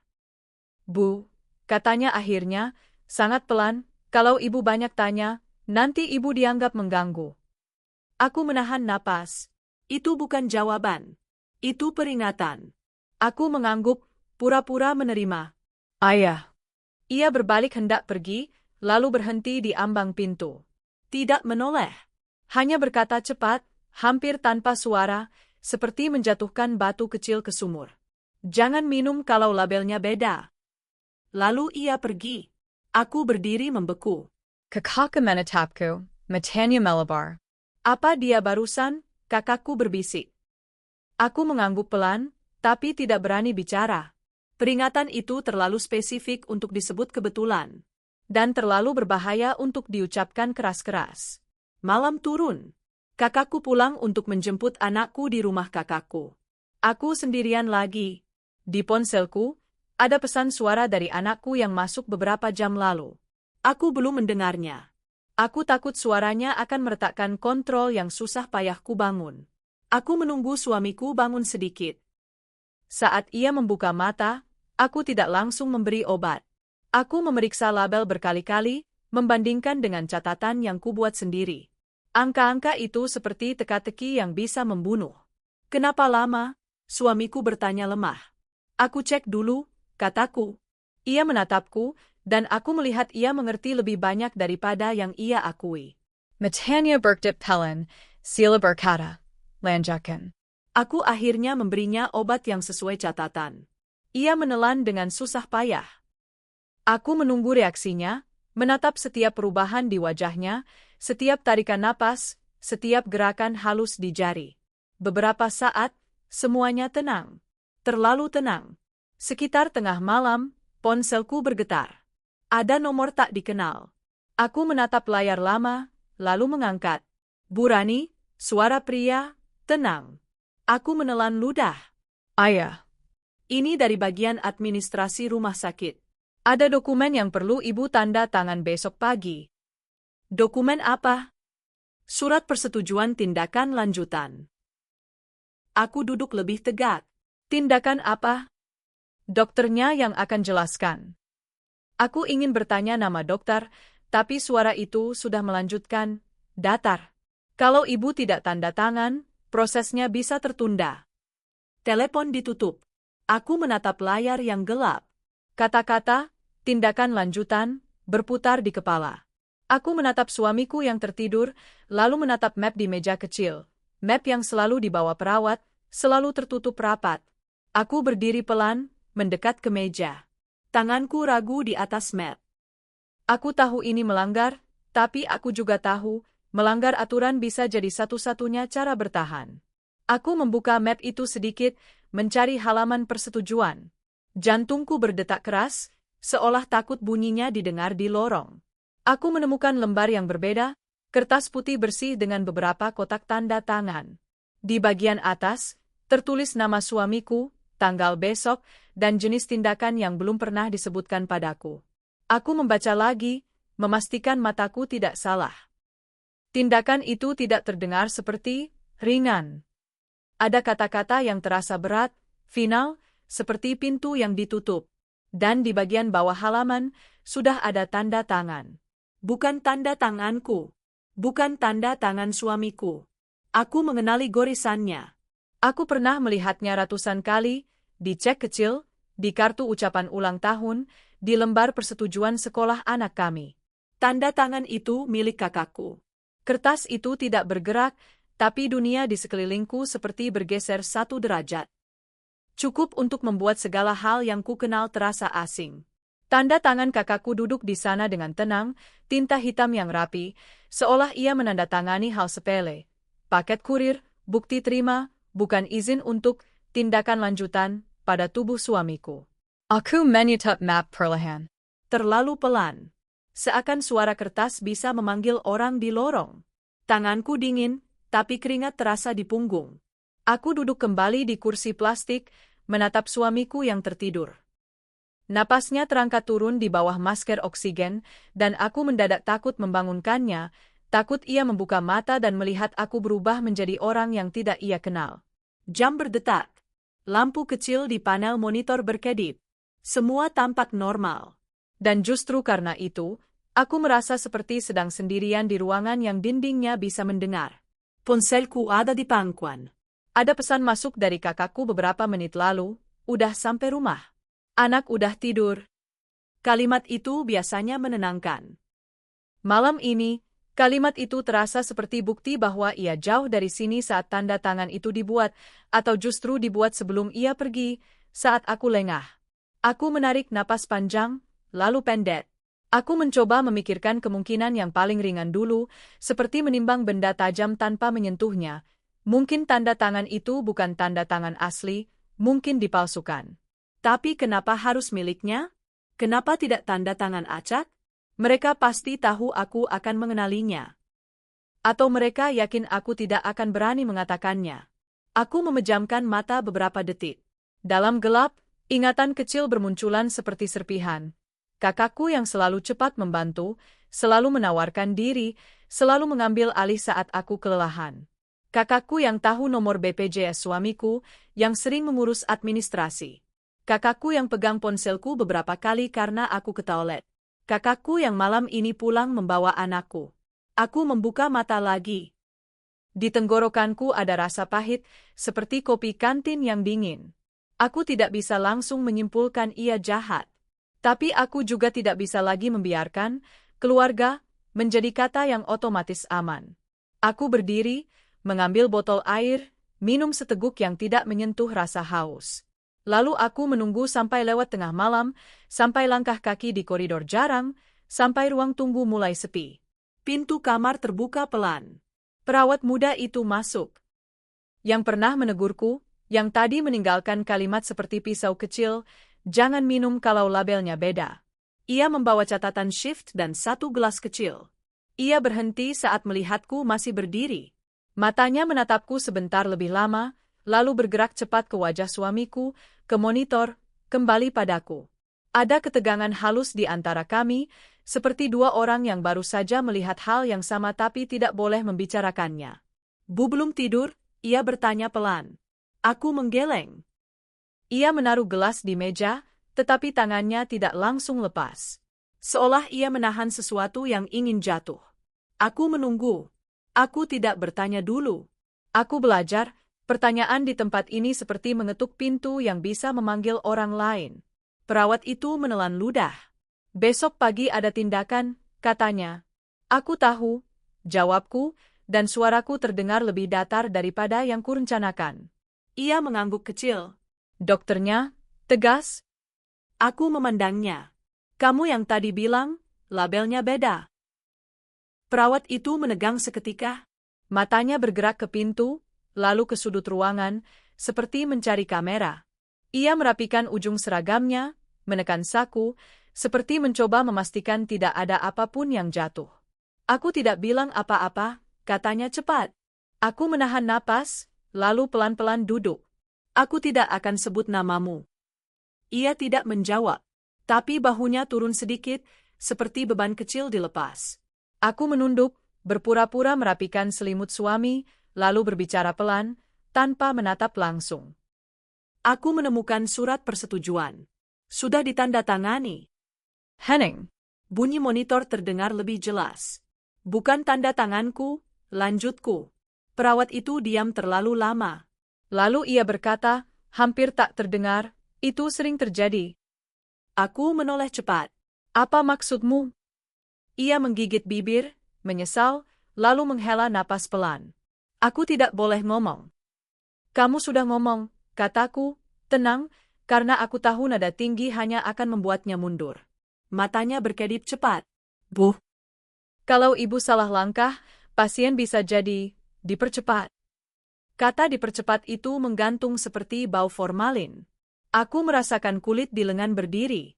Aku ingin menutup telinga, tapi aku memaksa diri untuk tetap mendengar. Aku butuh tahu caranya, kataku. Bukan gosip. Cara selamat. Perawat itu menatap wajah suamiku lagi. Ada rasa bersalah di matanya, seperti ia melihat seseorang yang seharusnya tidak berada di sini. Ia mendekat beberapa langkah, lalu berhenti tepat sebelum ranjang. Ia menurunkan suaranya sampai hampir menjadi napas. Ibu jangan marah ke siapapun besok. Jangan bantah dokter. Kalau ibu bantah, mereka bisa pakai alasan ibu emosional. Aku mengangguk pelan. Strategi. Aku bisa melakukan itu. Aku sudah melakukannya kemarin. Perawat itu melanjutkan, cepat, seolah takut keberanian ini hilang. Kalau ada tindakan, minta semuanya tertulis. Minta nama obat yang masuk. Kalau mereka tidak kasih, minta perawat yang catat di lembar pemberian obat. Aku sudah catat, kataku. Matanya menyipit sedikit, ada kilatan hormat kecil. Bagus.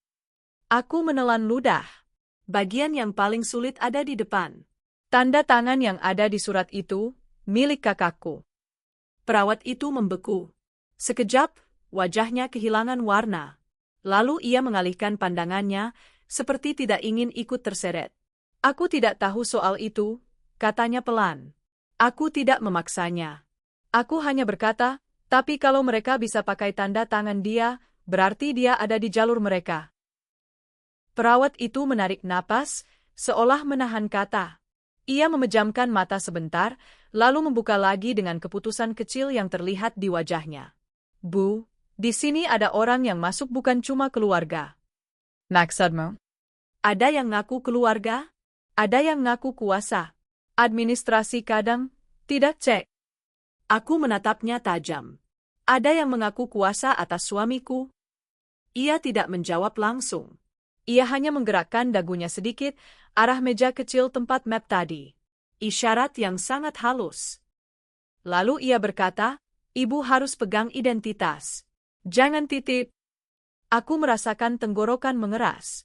Ketekuk.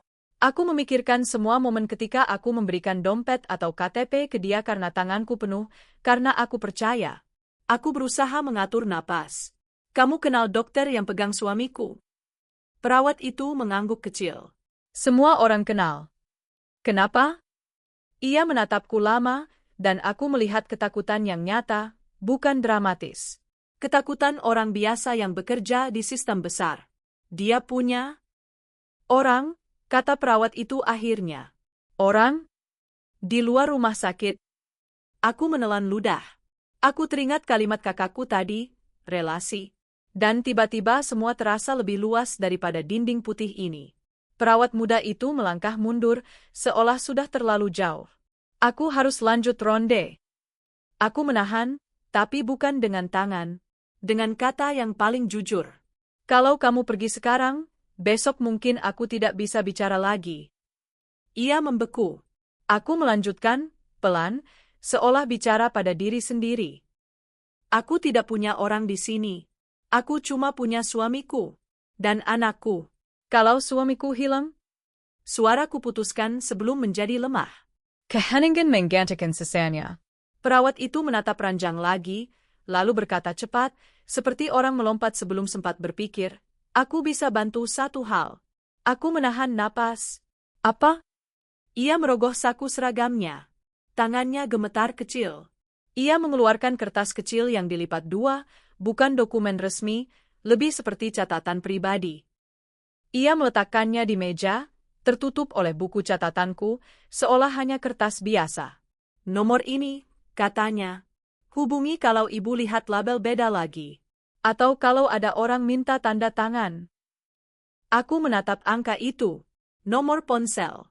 Tidak ada nama. Tidak ada identitas. Hanya jalan kecil di tengah labirin. Kamu siapa? Tanyaku pelan. Ia ragu sepersekian detik. Aku cuma perawat. Aku mengangguk. Tapi kami berdua tahu, malam ini ia baru saja menjadi sesuatu yang lebih berbahaya. Sekutu. Ia pergi tanpa menoleh. Pintu menutup lembut. Aku duduk lagi, memandangi kertas nomor itu, lalu memandangi suamiku. Harapan muncul, tipis, rapuh, seperti cahaya dari celah pintu. Tapi bersamaan dengan itu, kecurigaan bertambah satu lapis. Jika ada orang di dalam rumah sakit yang berani membantuku, berarti ancamannya nyata. Pagi datang dengan hujan tipis. Aku tahu dari suara rintiknya di luar jendela. Ruangan menjadi lebih dingin, lebih sunyi. Suamiku terbangun dengan mata berat. "Kamu nggak pulang?" ia bertanya. Aku menggeleng. "Enggak." Ia menatapku, mencoba membaca. "Kamu takut?" Aku tidak menjawab langsung. Aku menggenggam tangannya. "Aku waspada." Ia menarik napas, lalu berkata pelan, "Kakakmu baik." Kalimat itu membuat darahku seperti berhenti sejenak. Aku menatapnya. "Kenapa bilang gitu?" Ia memejamkan mata sebentar, seolah memilih kata. "Dia yang urus banyak hal." Aku dengar perawat bilang. Aku menelan ludah. Swamiku mendengar. Berarti orang lain juga bilang begitu. Berarti narasi, kakak yang membantu, sudah dibangun di sekeliling kami. Aku memaksa senyum kecil. "Iya, dia bantu." Suamiku membuka mata lagi, menatapku tajam meski lemah. "Kalau kamu curiga, jangan asal." Aku mengangguk. Aku tidak akan asal. Aku akan tepat. Aku akan tenang. Aku akan bertahan. Sekitar jam 9, kakakku datang. Rambutnya sedikit basah, jaketnya lembab karena hujan. Ia membawa plastik berisi roti tawar dan susu UHT, bekal sederhana yang biasanya membuatku merasa disayang. Ia tersenyum. "Aku bawain sarapan." Aku menatap senyum itu, dan untuk pertama kalinya dalam hidupku, aku tidak bisa langsung mengenalinya sebagai Aman. Makasih, kataku. Ia memandang suamiku, lalu memandangku. Gimana semalam? "Tenang," jawabku, memilih kata paling netral. Kakakku mengangguk, lalu melirik meja kecil. Matanya berhenti sesaat di map yang tertutup. Sangat cepat, tapi aku menangkapnya. Seperti orang yang mengecek sesuatu yang penting. Aku duduk, membuka plastik roti perlahan, memainkan rutinitas sebagai kamuflase.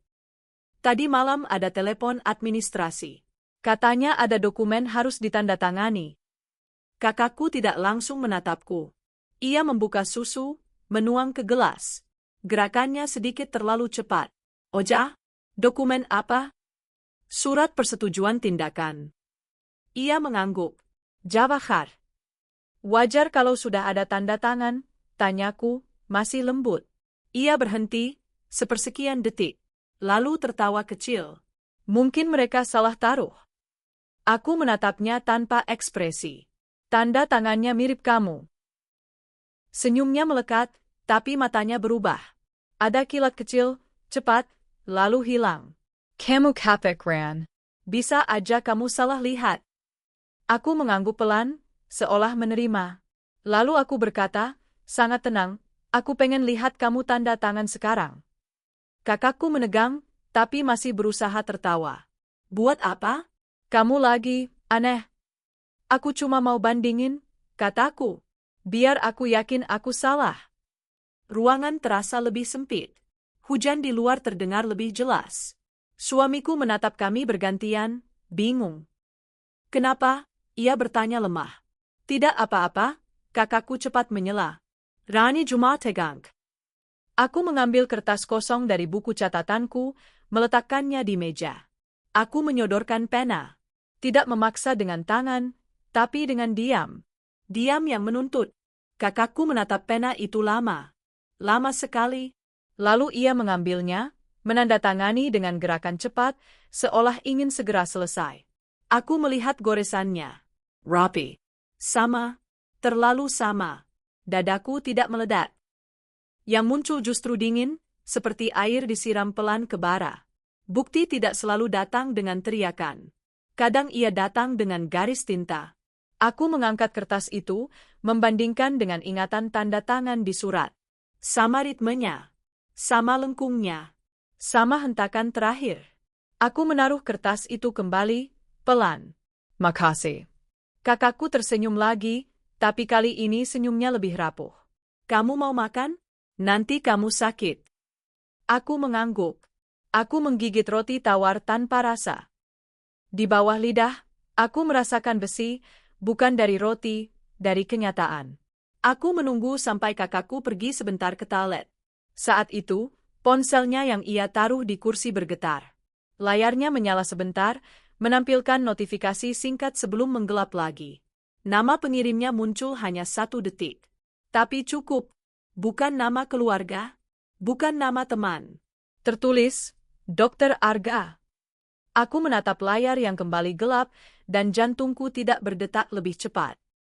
Justru melambat, seperti sedang memilih cara jatuh yang paling sunyi. Di belakangku, pintu kamar mandi terbuka pelan. Kakakku kembali dengan langkah biasa, membawa wajah biasa. Tapi kini semuanya sudah berbeda.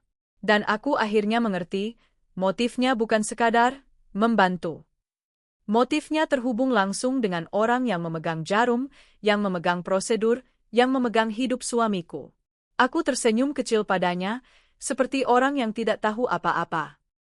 Padahal di dalam, sesuatu sudah memanggil satu kata yang tidak bisa kutarik kembali, pengkhianatan. Nama itu masih berdenyut di mataku, meski layar ponsel kakakku sudah lama gelap. Dr. Arga. 2 kata yang kini menjahit semua potongan menjadi satu kain yang menyekik. Aku tidak bergerak, tidak bernapas terlalu dalam. Aku membiarkan wajahku tetap seperti sebelumnya, tenang, sedikit lelah, agar apapun yang baru saja kutahu tidak bocor lewat pori. Kakakku duduk kembali, merapikan jaket, menoleh padaku. Kamu pucat, katanya. Kurang tidur, jawabku. Ia mengangguk, puas dengan jawaban yang ia harapkan. Suamiku bergeser pelan di ranjang, mengeluarkan suara kecil dari tenggorokannya. Aku berdiri cepat, menyesuaikan selimut, memeriksa masker oksigen. Gerakan yang terlihat peduli, padahal aku sedang menutup jarak antara pikiranku dan apapun yang bisa menghancurkan semuanya jika terbaca. Dokter bilang jam 10 ada tindakan, kata kakakku santai. Yang mana? Tanyaku. Yang lanjutan itu, jawabnya, terlalu cepat. Aku menoleh, senyum kecil tertahan di sudut bibir. Oh. Kami bertiga berada dalam satu ruangan, tapi masing-masing memegang kebenaran yang berbeda. Aku merasakan kemarahan naik seperti air panas dari lantai, namun aku mengurungnya di belakang tulang dada. Marah sekarang akan membunuhnya. Bukan mereka, dia. Aku mengeluarkan buku catatanku, berpura-pura mengecek jam obat. Aku menulis tanggal, jam, nama perawat. Setiap huruf kutarik rapi, pelan, seolah menulis bisa menahan waktu agar tidak melompat ke jam 10. Pintu terbuka. Dr. Arga masuk dengan langkah yang sama tenangnya seperti kemarin. Jas putih, senyum tipis, mata yang tidak pernah benar-benar berhenti menghitung. Ia menyapa kami, menatap suamiku sebentar, lalu menatapku. Bagaimana perasaannya? Tanyanya. Masih lemah, jawabku. Wajar, katanya. Tubuh sedang menyesuaikan. Kata menyesuaikan itu terasa seperti pisau tumpul. Tidak melukai cepat, tapi mengikis pelan. Kita lanjut sesuai rencana, katanya lagi, menoleh ke perawat. Aku mengangkat tangan sedikit, seperti murid yang ingin bertanya. Dot, sebelum lanjut, saya ingin pastikan beberapa hal. Ia tersenyum. Tentu. Nama obat yang terakhir masuk tadi malam. Ia menyebutkan nama yang sama seperti di label. Lancar. Terlalu lancar. Dosisnya, Tanyaku. Ia menyebut angka. Aku mencatat. Angka itu berbeda dengan yang kubaca di catatan pemberian obat. Tidak jauh. Cukup kecil untuk disebut variasi. Cukup besar untuk mengubah arah. Aku menoleh ke perawat. Yang di lembar pemberian obat tertulis berbeda. Perawat itu membeku sepersekian detik, lalu tersenyum profesional. Mungkin salah tulis. Salah tulis berulang? Tanyaku, tetap tenang. Dokter Arga tertawa kecil, nada sabar yang dibuat-buat. Bu, ibu terlalu cemas. Variasi kecil itu normal. Aku mengangguk, menelan amarah. Baik. Aku tidak akan menang dengan memaksa di sini. Aku harus memindahkan arena. Dok, lanjutku, saya minta semua tindakan hari ini dicatat tertulis. Lengkap, termasuk jam dan nama obat. Ia menatapku lama. Senyum masih ada, tapi matanya mengeras seperti kaca yang ditarik dingin. Tentu, katanya. Kami selalu mencatat. Boleh saya lihat setelahnya? Tanyaku.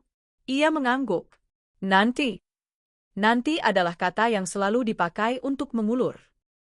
Aku mengangguk kembali, berpura-pura puas. Kakakku berdiri, mendekat ke dokter. Saya bantu urus administrasi. Dokter Arga mengangguk. Terima kasih. Aku melihat bagaimana mereka saling memahami tanpa kata. Cara berdiri yang sejajar. Jarak yang tidak perlu. Aku menatap punggung kakakku saat ia keluar bersama dokter. Aku menunggu pintu tertutup. Baru setelah itu, aku menghembuskan napas yang tertahan sejak pagi. Suamiku membuka mata, menatapku lemah. Kamu marah, katanya pelan. Aku tersenyum kecil. Tidak.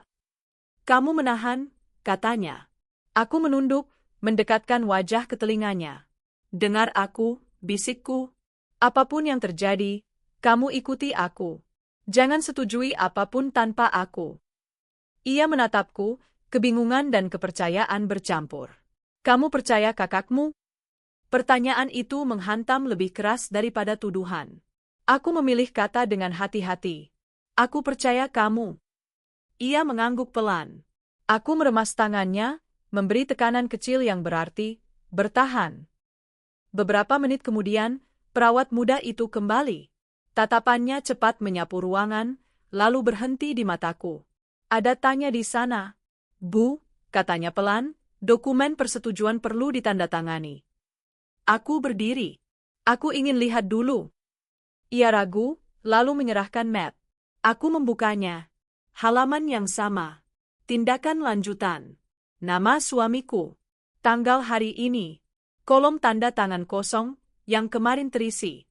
Perubahan kecil, tapi penting. Kemarin sudah ada tanda tangan, kataku datar. Perawat itu menegang.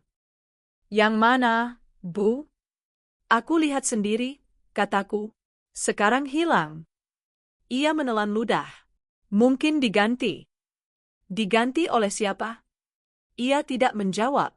Aku menutup map, menyerahkannya kembali. Aku tidak tanda tangan sekarang. Kalau tidak ditandatangani. Ditanda, Patangku. Sesuai hak pasien. Ia mengangguk cepat, lega bercampur takut. Ia pergi tanpa menoleh. Aku duduk kembali. Pons Selkeberger. Nomor tanpa nama. Aku tahu sebelum mengangkat. Bu Rani, suara pria, tenang, datar. Ini Arga. Dok. Kita perlu bicara. Di sini. Di ruang konsul. 5 menit. Aku menatap suamiku. Ia memandangku, membaca keseriusan di wajahku. Aku meremas tangannya. Aku kembali. Aku keluar. Koridor terasa lebih sempit dari kemarin. Di ruang konsul, Arga sudah duduk. Kakakku berdiri di dekat jendela, menatap hujan yang belum berhenti. Kami ingin memastikan semuanya berjalan lancar, kata Arga. Dengan tanda tangan yang bukan milik saya, tanyaku.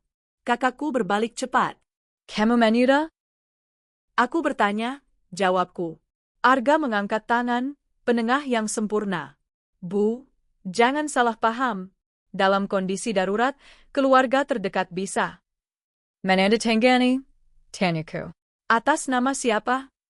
Kuasa, kata kakakku. Kuasa dari siapa? Tanyaku. Dari suami saya? Kakaku Terdayam. Arga menatapku mengyukur. Bu, kata Arga, fokus kita kesehatan pasien. Justru itu, jawabku. Makanya saya butuh transparansi. Ia tersenyum. Transparansi ada batasnya. Aku merasakan kemarahan akhirnya menemukan pijakan. Batasnya ditentukan siapa? Ruangan sunyi. Hujan di luar terdengar lebih keras. Arga mencondongkan tubuh sedikit. Ibu sedang berada di situasi emosional. Aku mengangguk. Itu tidak membatalkan hak saya. Ia menatapku lama. Kalau ibu menghambat, konsekuensinya bisa tidak nyaman. Ancaman itu halus, seperti sutra yang diseret di kulit. Aku membalas dengan senyum tipis. Saya tidak menghambat. Saya mencatat. Aku mengeluarkan ponsel, menunjukkan catatan jam, nama, dosis. Tidak lengkap, tapi cukup untuk membuatnya berhenti bicara sepersekian detik. Kakaku mendekat. Kamu mau apa? Aku menatapnya. Aku mau kamu berhenti menandatangani apapun. Ia menghela napas, kesal. Kamu berlebihan. Kalau aku berlebihan, kamu tidak perlu takut, jawabku. Ia membuka mulut, menutup lagi. Arga berdiri. Bu, kita akhiri ini. Tindakan ditunda 1 jam. Setelah itu Kita bicara lagi, potongku.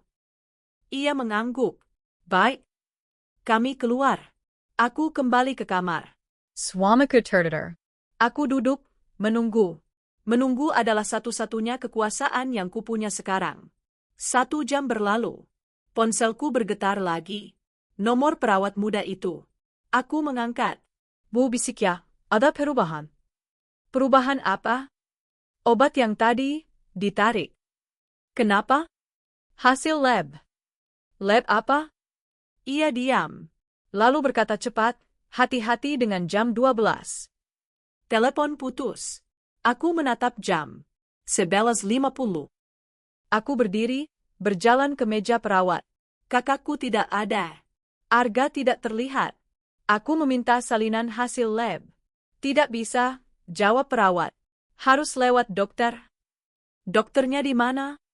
Rapat. Aku kembali ke kamar, menutup pintu. Aku menempelkan telinga ke pintu, mendengarkan langkah. Aku membuka map, mencari lembar lab. Tidak ada. Tapi di sela-sela kertas, ada slip kecil, hasil cepat, dengan tanda stabilisasi yang tidak konsisten dengan reaksi tadi. Aku memotret. Aku menyetap map. Aku duduk. Jam 12 tepat. Pintu terbuka. Arga masuk bersama 2 perawat. Senyum kembali terpasang. Kita lanjut, katanya. Apa hasil labnya? Tanyaku. Masih ditinjau, jawabnya. Aku lihat slipnya, kataku. Senyumnya tidak bergerak. Slip internal. Seperti tanda tangan internal, tanyaku. Udara menegang. Kakakku masuk tepat saat itu, berdiri di belakang Arga. Matanya menetapku, memperingatkan. Aku berdiri, menatap mereka satu persatu. Aku akan merekam. Tidak boleh, kata Arga. Aku tidak merekam tindakan, jawabku. Aku merekam percakapan. Ia tertawa kecil. Bu, ini rumah sakit? Aku tahu, jawabku. Makanya aku minta semua sesuai prosedur. Henning, aku bisa merasakan keputusan sedang diambil, bukan tentang medis, tapi tentang kendali. Bu, kata Arga, lebih dingin, kalau ibu memaksa, kami bisa meminta ibu keluar. Aku menatap suamiku. Ia membuka mata, menatapku, takut dan percaya bersamaan. Aku mengangguk padanya, kecil. Bertahan. Kalau saya keluar, kataku pelan, siapa yang menandatangani? Kakakku bergerak refleks. Terlambat. Aku tersenyum. Terima kasih. Wajah kakakku berubah. Arga menatapnya, lalu menatapku. Senyum itu akhirnya retak, sangat kecil, tapi aku melihatnya. Bu, katanya, kita belum selesai. Aku mengangguk. Saya tahu. Mereka menunda lagi. Mereka keluar. Pintu menutup. Aku duduk, gemetar kecil akhirnya lolos dari kendali. Aku menempelkan telapak tangan ke meja, menahan diri agar tidak runtuh. Di luar, langkah-langkah cepat. Di dalam, bunyi monitor stabil. Aku tahu aku sudah terlalu jauh untuk kembali ke pura-pura. Jaring kebohongan sudah terlihat. Tapi satu simpul masih tersembunyi. Aku menatap pintu, menunggu konfrontasi yang pasti datang. Tidak ada jalan kembali. Alarm berbunyi 1 kali, pendek, tajam, lalu mati. Bukan alarm medis. Alarm pintu. Aku tahu sebelum siapapun berkata, sesuatu telah dipicu dan tidak bisa dimatikan dengan senyum profesional. Aku berdiri di sisi ranjang, tubuhku terasa ringan dan berat sekaligus. Di balik kaca kecil di pintu, bayangan bergerak cepat. Ada langkah yang tidak biasa, lebih banyak, lebih tergesa. Udara di kamar berubah, seolah oksigen ditarik keluar sedikit demi sedikit. Pintu terbuka. Bukan Arga yang masuk pertama, tapi 2 orang berseragam berbeda. Bukan putih. Biru tua. Salah satunya membawa map coklat, yang lain hanya berdiri dengan bahu lebar dan wajah kosong. Burani, tanya yang membawa map. Ayah. Kami dari pengawasan internal rumah sakit. Kata-kata itu jatuh seperti benda berat ke lantai, tidak pecah, tapi menggema. Aku menoleh cepat ke Arga yang berdiri di belakang mereka. Senyumnya tidak ada. Untuk pertama kalinya sejak aku mengenalnya, ia terlihat telanjang, bukan secara fisik, tapi secara kuasa. Ada laporan dugaan pelanggaran prosedur, lanjut pria itu. Aku tidak langsung menjawab. Aku menatap suamiku. Ia terbangun setengah, matanya mencari-cari. Aku menekan tangannya, isyarat diam. Bertahan. Siapa yang melapor? Tanya Arga, suaranya terkontrol, tapi ada retakan kecil di ujung. Bukan urusan Anda sekarang, jawab pria itu. Aku merasakan jantungku berdetak lebih cepat, tapi kali ini bukan karena takut. Ini karena momen yang kutunggu akhirnya datang, dan aku tahu, begitu aku bicara, aku tidak bisa menarik kata-kataku kembali. Saya, kataku. Semua mata menoleh padaku. Kakakku muncul di ambang pintu, wajahnya tegang, matanya berkilat marah dan panik. Kamu serius? Katanya. Aku mengangguk. Sudah lama. Pria dari pengawasan membuka mapnya. Kami menerima rekaman percakapan, catatan dosis yang tidak konsisten, dan laporan pemalsuan persetujuan tindakan. Aku melihat tangan kakakku mengepal. Ia melangkah maju. Itu fitnah. Aku menatapnya, lama, seperti menatap orang yang baru saja kutemukan di tempat yang salah. Tanda tangan itu milikmu. Ia tertawa pendek. Kamu nggak waras. Aku mengeluarkan ponselku. Memutar satu rekaman singkat. Suaranya pelan, tapi jelas. Suara kakakku. Menyebut nama Arga. Menyebut, aman kalau dia nggak sadar penuh. Ruangan menjadi sangat sunyi. Bahkan monitor suamiku terdengar terlalu keras. Arga bergerak setengah langkah ke depan. Ini ilegal. Rekaman percakapan di ruang publik, jawab pria pengawasan. Za. Aku merasakan kakiku sedikit lemas. Bukan karena ragu. Karena beban akhirnya berpindah dari dadaku ke udara. Aku duduk, menjaga agar tidak jatuh. Aku belum selesai. Bukan cuma itu, kataku. Ada perawat yang dipaksa mengubah catatan. Ada obat yang ditarik setelah reaksi buruk. Ada hasil lab yang ditahan. Aku menoleh ke pintu. Perawat muda itu berdiri di sana, wajahnya pucat, tapi dagunya terangkat. Ia mengangguk kecil padaku. Sekutu dalam bayangan kini berdiri di cahaya. Saya bisa jelaskan, katanya. Saya diminta menulis ulang jam pemberian obat. Arga mentally tajam. Kamu tahu konsekuensinya. Aku tahu, jawabnya. Makanya aku bicara. Pengawasan memberi isyarat. Seorang lagi masuk, membawa tablet. Mereka bergerak cepat, efisien. Bukan panik. Ini prosedur yang berbeda, prosedur yang tidak bisa dimanipulasi dengan senyum. Kami akan menghentikan semua tindakan lanjutan, kata pria itu. Pasien dipindahkan ke pengawasan independen. Tidak bisa? Arga membentak. Suaranya pecah untuk pertama kali. Bisa, jawab pengawasan. Mulai sekarang. Kakaku tertawa pendek, pahit. Kamu pikir ini selesai? Aku menatapnya. Untuk kamu, baru mulai. Ia melangkah ke arahku, wajahnya berubah, bukan marah lagi, tapi memohon. Aku cuma mau lindungi kamu. Dengan membunuh suamiku, tanyaku. Ia berhenti. Mata kami bertemu. Di sana aku melihat kebenaran yang paling menyakitkan.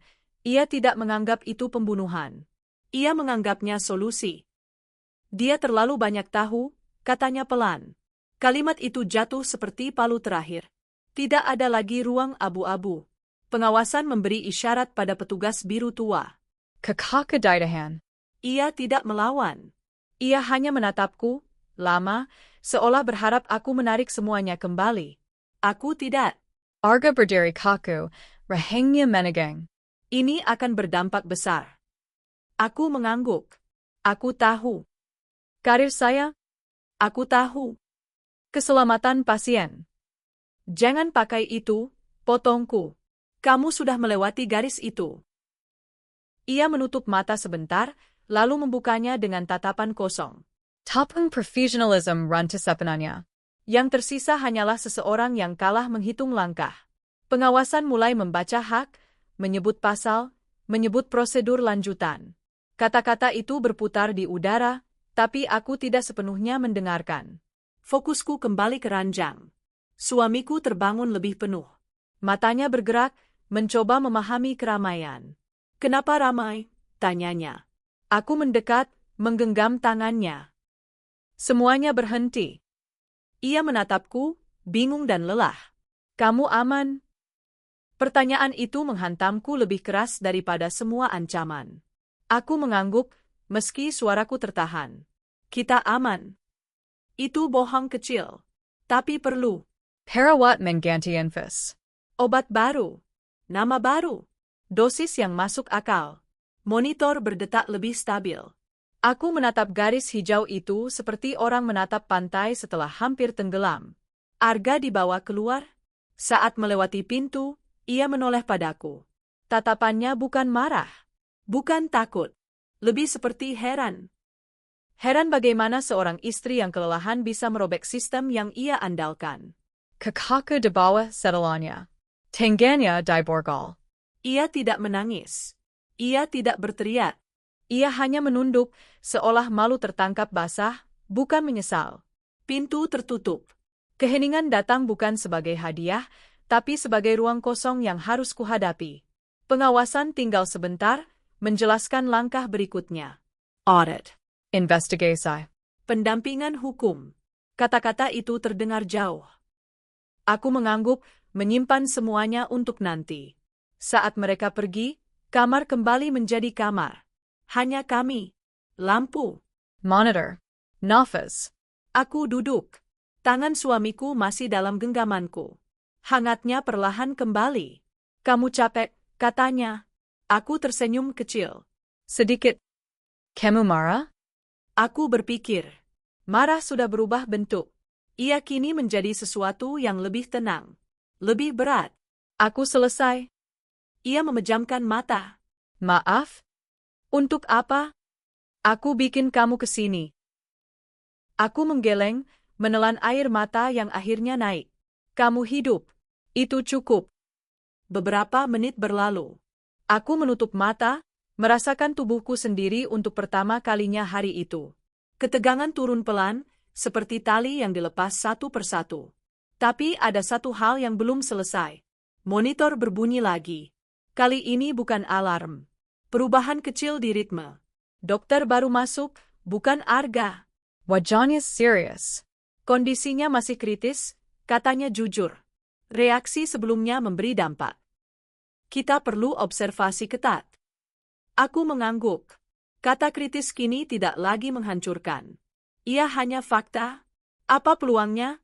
Tanyaku. Dokter itu tidak menjawab cepat. Ia memilih kata. Kami lakukan yang terbaik.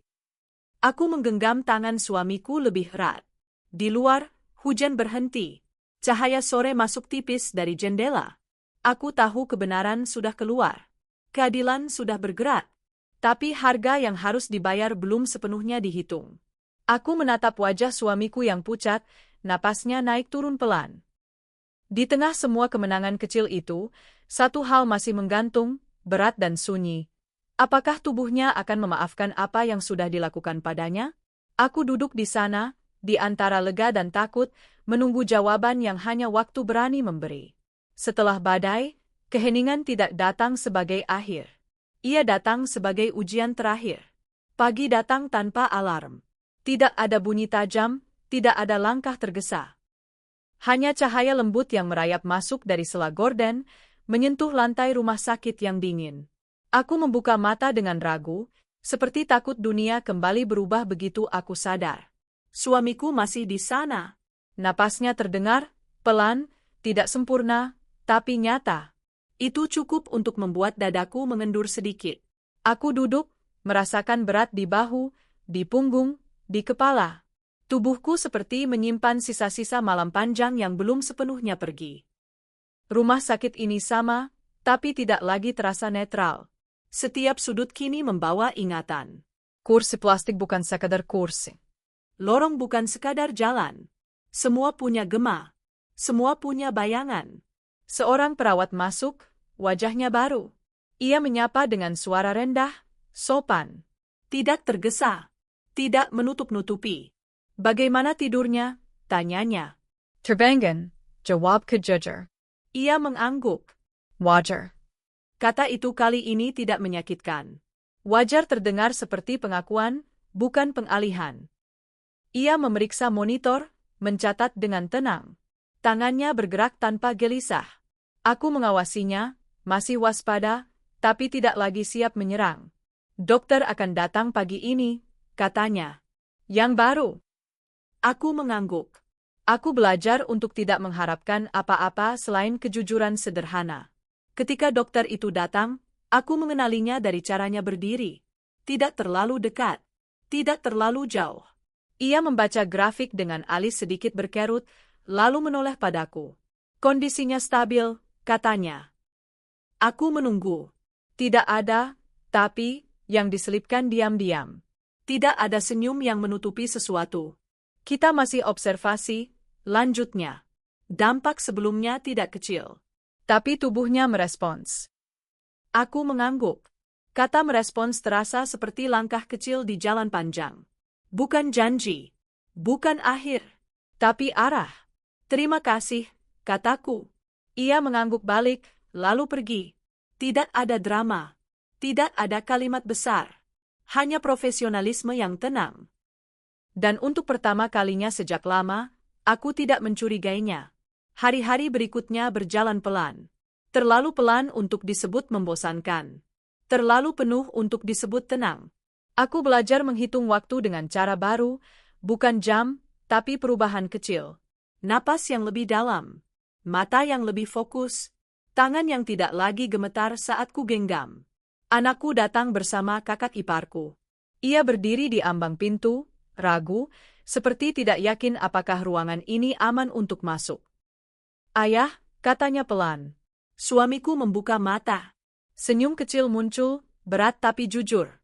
Tangannya bergerak sedikit, dan anakku mendekat, memegang ujung selimut. Tidak menyentuh tubuh ayahnya langsung, seperti takut merusak sesuatu yang rapuh. Kamu sakit? Tanyanya. Sedikit, jawab suamiku. Anakku mengangguk, menerima. Anak-anak tahu cara menerima kenyataan tanpa bertanya terlalu jauh. Ia duduk di kursi, menggambar sesuatu di buku kecilnya, rumah dengan matahari besar di atasnya. Aku menatap gambar itu lama. Rumah. Matahari. Dua hal yang terasa jauh beberapa hari lalu. Ketika anakku pulang, ruangan kembali sunyi. Tapi sunyi ini berbeda. Tidak menekan. Tidak mengancam. Sunyi yang memberi ruang. Malam datang. Aku duduk sendirian di kursi, mendengarkan napas suamiku. Aku menyadari sesuatu yang aneh. Tubuhku masih tegang, meski bahaya sudah lewat. Setiap suara kecil membuatku menoleh. Setiap langkah di lorong membuat jantungku melonjak. Trauma tidak pergi bersama pelaku. Ia tinggal. Diam-diam. Aku memejamkan mata, mencoba bernapas pelan. Aku ingat kata-kata perawat itu dulu, kalau ibu panik, pasien ikut panik. Sekarang, aku mengatakannya pada diriku sendiri.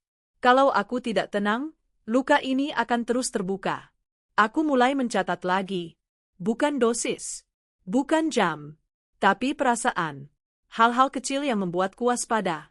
Hal-hal kecil yang membuatku lega. Aku menulis tanpa niat dibaca siapapun. Hanya untuk memastikan aku tidak melupakan apa yang telah kulewati. Dan tidak terjebak di dalamnya. Beberapa hari kemudian, petugas dari rumah sakit datang membawa formulir dan penjelasan. Investigasi berjalan. Ada permintaan maaf resmi. Ada kata-kata seperti kelalaian sistem dan tindakan individu. Aku mendengarkan, tapi aku tidak larut. Keadilan administratif bukan penyembuhan. Ia hanya penutup luka yang paling luar. Kami akan memastikan ini tidak terulang, kata salah satu dari mereka. Aku mengangguk. Pastikan pasien berikutnya punya suara. Ia terdiam sebentar, lalu mencatat. Suamiku semakin sadar. Suatu sore, ia menatapku lama, seperti sedang mengumpulkan keberanian. Kakakmu, katanya pelan. Aku menarik napas. Sudah ditangani. Ia menutup mata. Aku tidak mau bicara tentang itu sekarang. Aku mengangguk. Penyembuhan tidak memaksa ingatan keluar. Ia membiarkannya menunggu sampai siap. Hari kami di rumah sakit berakhir dengan cara yang tidak spektakuler. Tidak ada pengumuman. Tidak ada tepuk tangan. Hanya kursi roda yang didorong pelan menuju pintu keluar, udara luar yang terasa berbeda di kulit. Langit siang itu biru pucat. Matahari tidak terlalu terik. Aku membantu suamiku masuk ke mobil. Tangannya gemetar sedikit saat memegang pegangan pintu. Kita pulang, kataku. Ia mengangguk. Kata pulang kini terasa berat, tapi juga penuh janji. Rumah menyambut kami dengan bau yang familiar. Debut tipis. Sabin Kisai. Kehangatan yang tertahan. Aku membuka jendela, membiarkan udara bergerak. Aku sadar, rumah ini juga harus disembuhkan. Ia menyimpan ketakutanku. Ia menyimpan malam-malam tanpa tidur. Hari pertama di rumah, aku tidak melakukan apa-apa. Aku hanya duduk di sofa, mendengarkan suara-suara biasa, jam dinding, kendaraan lewat, anakku tertawa di kamar. Suara-suara itu dulu tidak berarti. Sekarang, mereka terasa seperti jangkar. Suamiku tidur lama. Ketika ia bangun, ia terlihat bingung sejenak, lalu tersenyum kecil. Aku bermimpi aneh, katanya. Tentang apa? Lorong panjang, jawabnya. Tapi di ujungnya terang. Aku menelan ludah. Itu mimpi yang bagus. Hari-hari berikutnya tidak selalu mudah. Ada malam ketika ia terbangun dengan napas cepat. Ada pagi ketika aku tidak bisa memasuki dapur tanpa mengingat bau antiseptik. Ada momen ketika ponsel bergetar dan tubuhku langsung siaga. Aku belajar menerima itu sebagai bagian dari proses. Penyembuhan bukan garis lurus. Ia berbelok. Kadang mundur. Kadang diam. Aku menemui psikolog atas saran dokter. Di ruangan kecil yang hangat, aku duduk dan berbicara pelan. Tentang rasa bersalah. Tentang kemarahan yang belum selesai. Tentang kepercayaan yang runtuh bukan hanya pada orang, tapi pada sistem. Kamu bertahan, katanya. Aku mengangguk. Tapi aku lelah. Itu wajar, katanya. Kali ini, kata itu terasa tepat. Kepercayaan kini punya bentuk baru bagiku. Bukan lagi keyakinan buta, tapi pilihan sadar. Aku memilih siapa yang kuberi akses. Aku memilih kapan aku bertanya. Aku memilih untuk tidak menutup mata saat ada yang terasa salah. Suatu sore, aku duduk di teras, memandang anakku bermain sepeda. Suamiku duduk di sampingku, memegang teh hangat. Tangannya masih sedikit gemetar, tapi ia tersenyum. Kamu berubah, katanya. Aku menoleh. Kamu juga? Ia mengangguk. Aku tidak akan sama lagi. Aku memandang jalan di depan rumah. Aku juga tidak. Kami diam. Tidak ada kebutuhan untuk menambal keheningan. Keheningan kini bukan ancaman. Ia hanya ruang. Beberapa minggu kemudian, surat datang. Hasil investigasi. Nama-nama. Konsekuensi. Aku membacanya sekali, lalu menyimpannya. Aku tidak ingin hidupku ditentukan oleh lembaran kertas itu. Malam itu, aku berdiri di kamar mandi, menatap cermin. Ada garis baru di wajahku. Ada kelelahan yang tidak hilang. Tapi ada juga sesuatu yang lain, keteguhan yang tidak kupelajari dari buku manapun. Aku mematikan lampu, masuk ke kamar. Swamiku tertidur. Anak kami juga. Aku berbaring, mendengarkan rumah bernapas. Ketakutan masih ada, trauma masih ada, tapi mereka tidak lagi memegang kemudi. Mereka duduk di kursi belakang, diam, diawasi. Aku memejamkan mata. Untuk pertama kalinya sejak lama, aku tidak menunggu alarm. Aku membiarkan tidur datang. Hidup tidak kembali seperti semula. Ia bergerak maju, perlahan, dengan kesadaran baru, bahwa rasa aman bukan sesuatu yang diberikan. Ia sesuatu yang dijaga.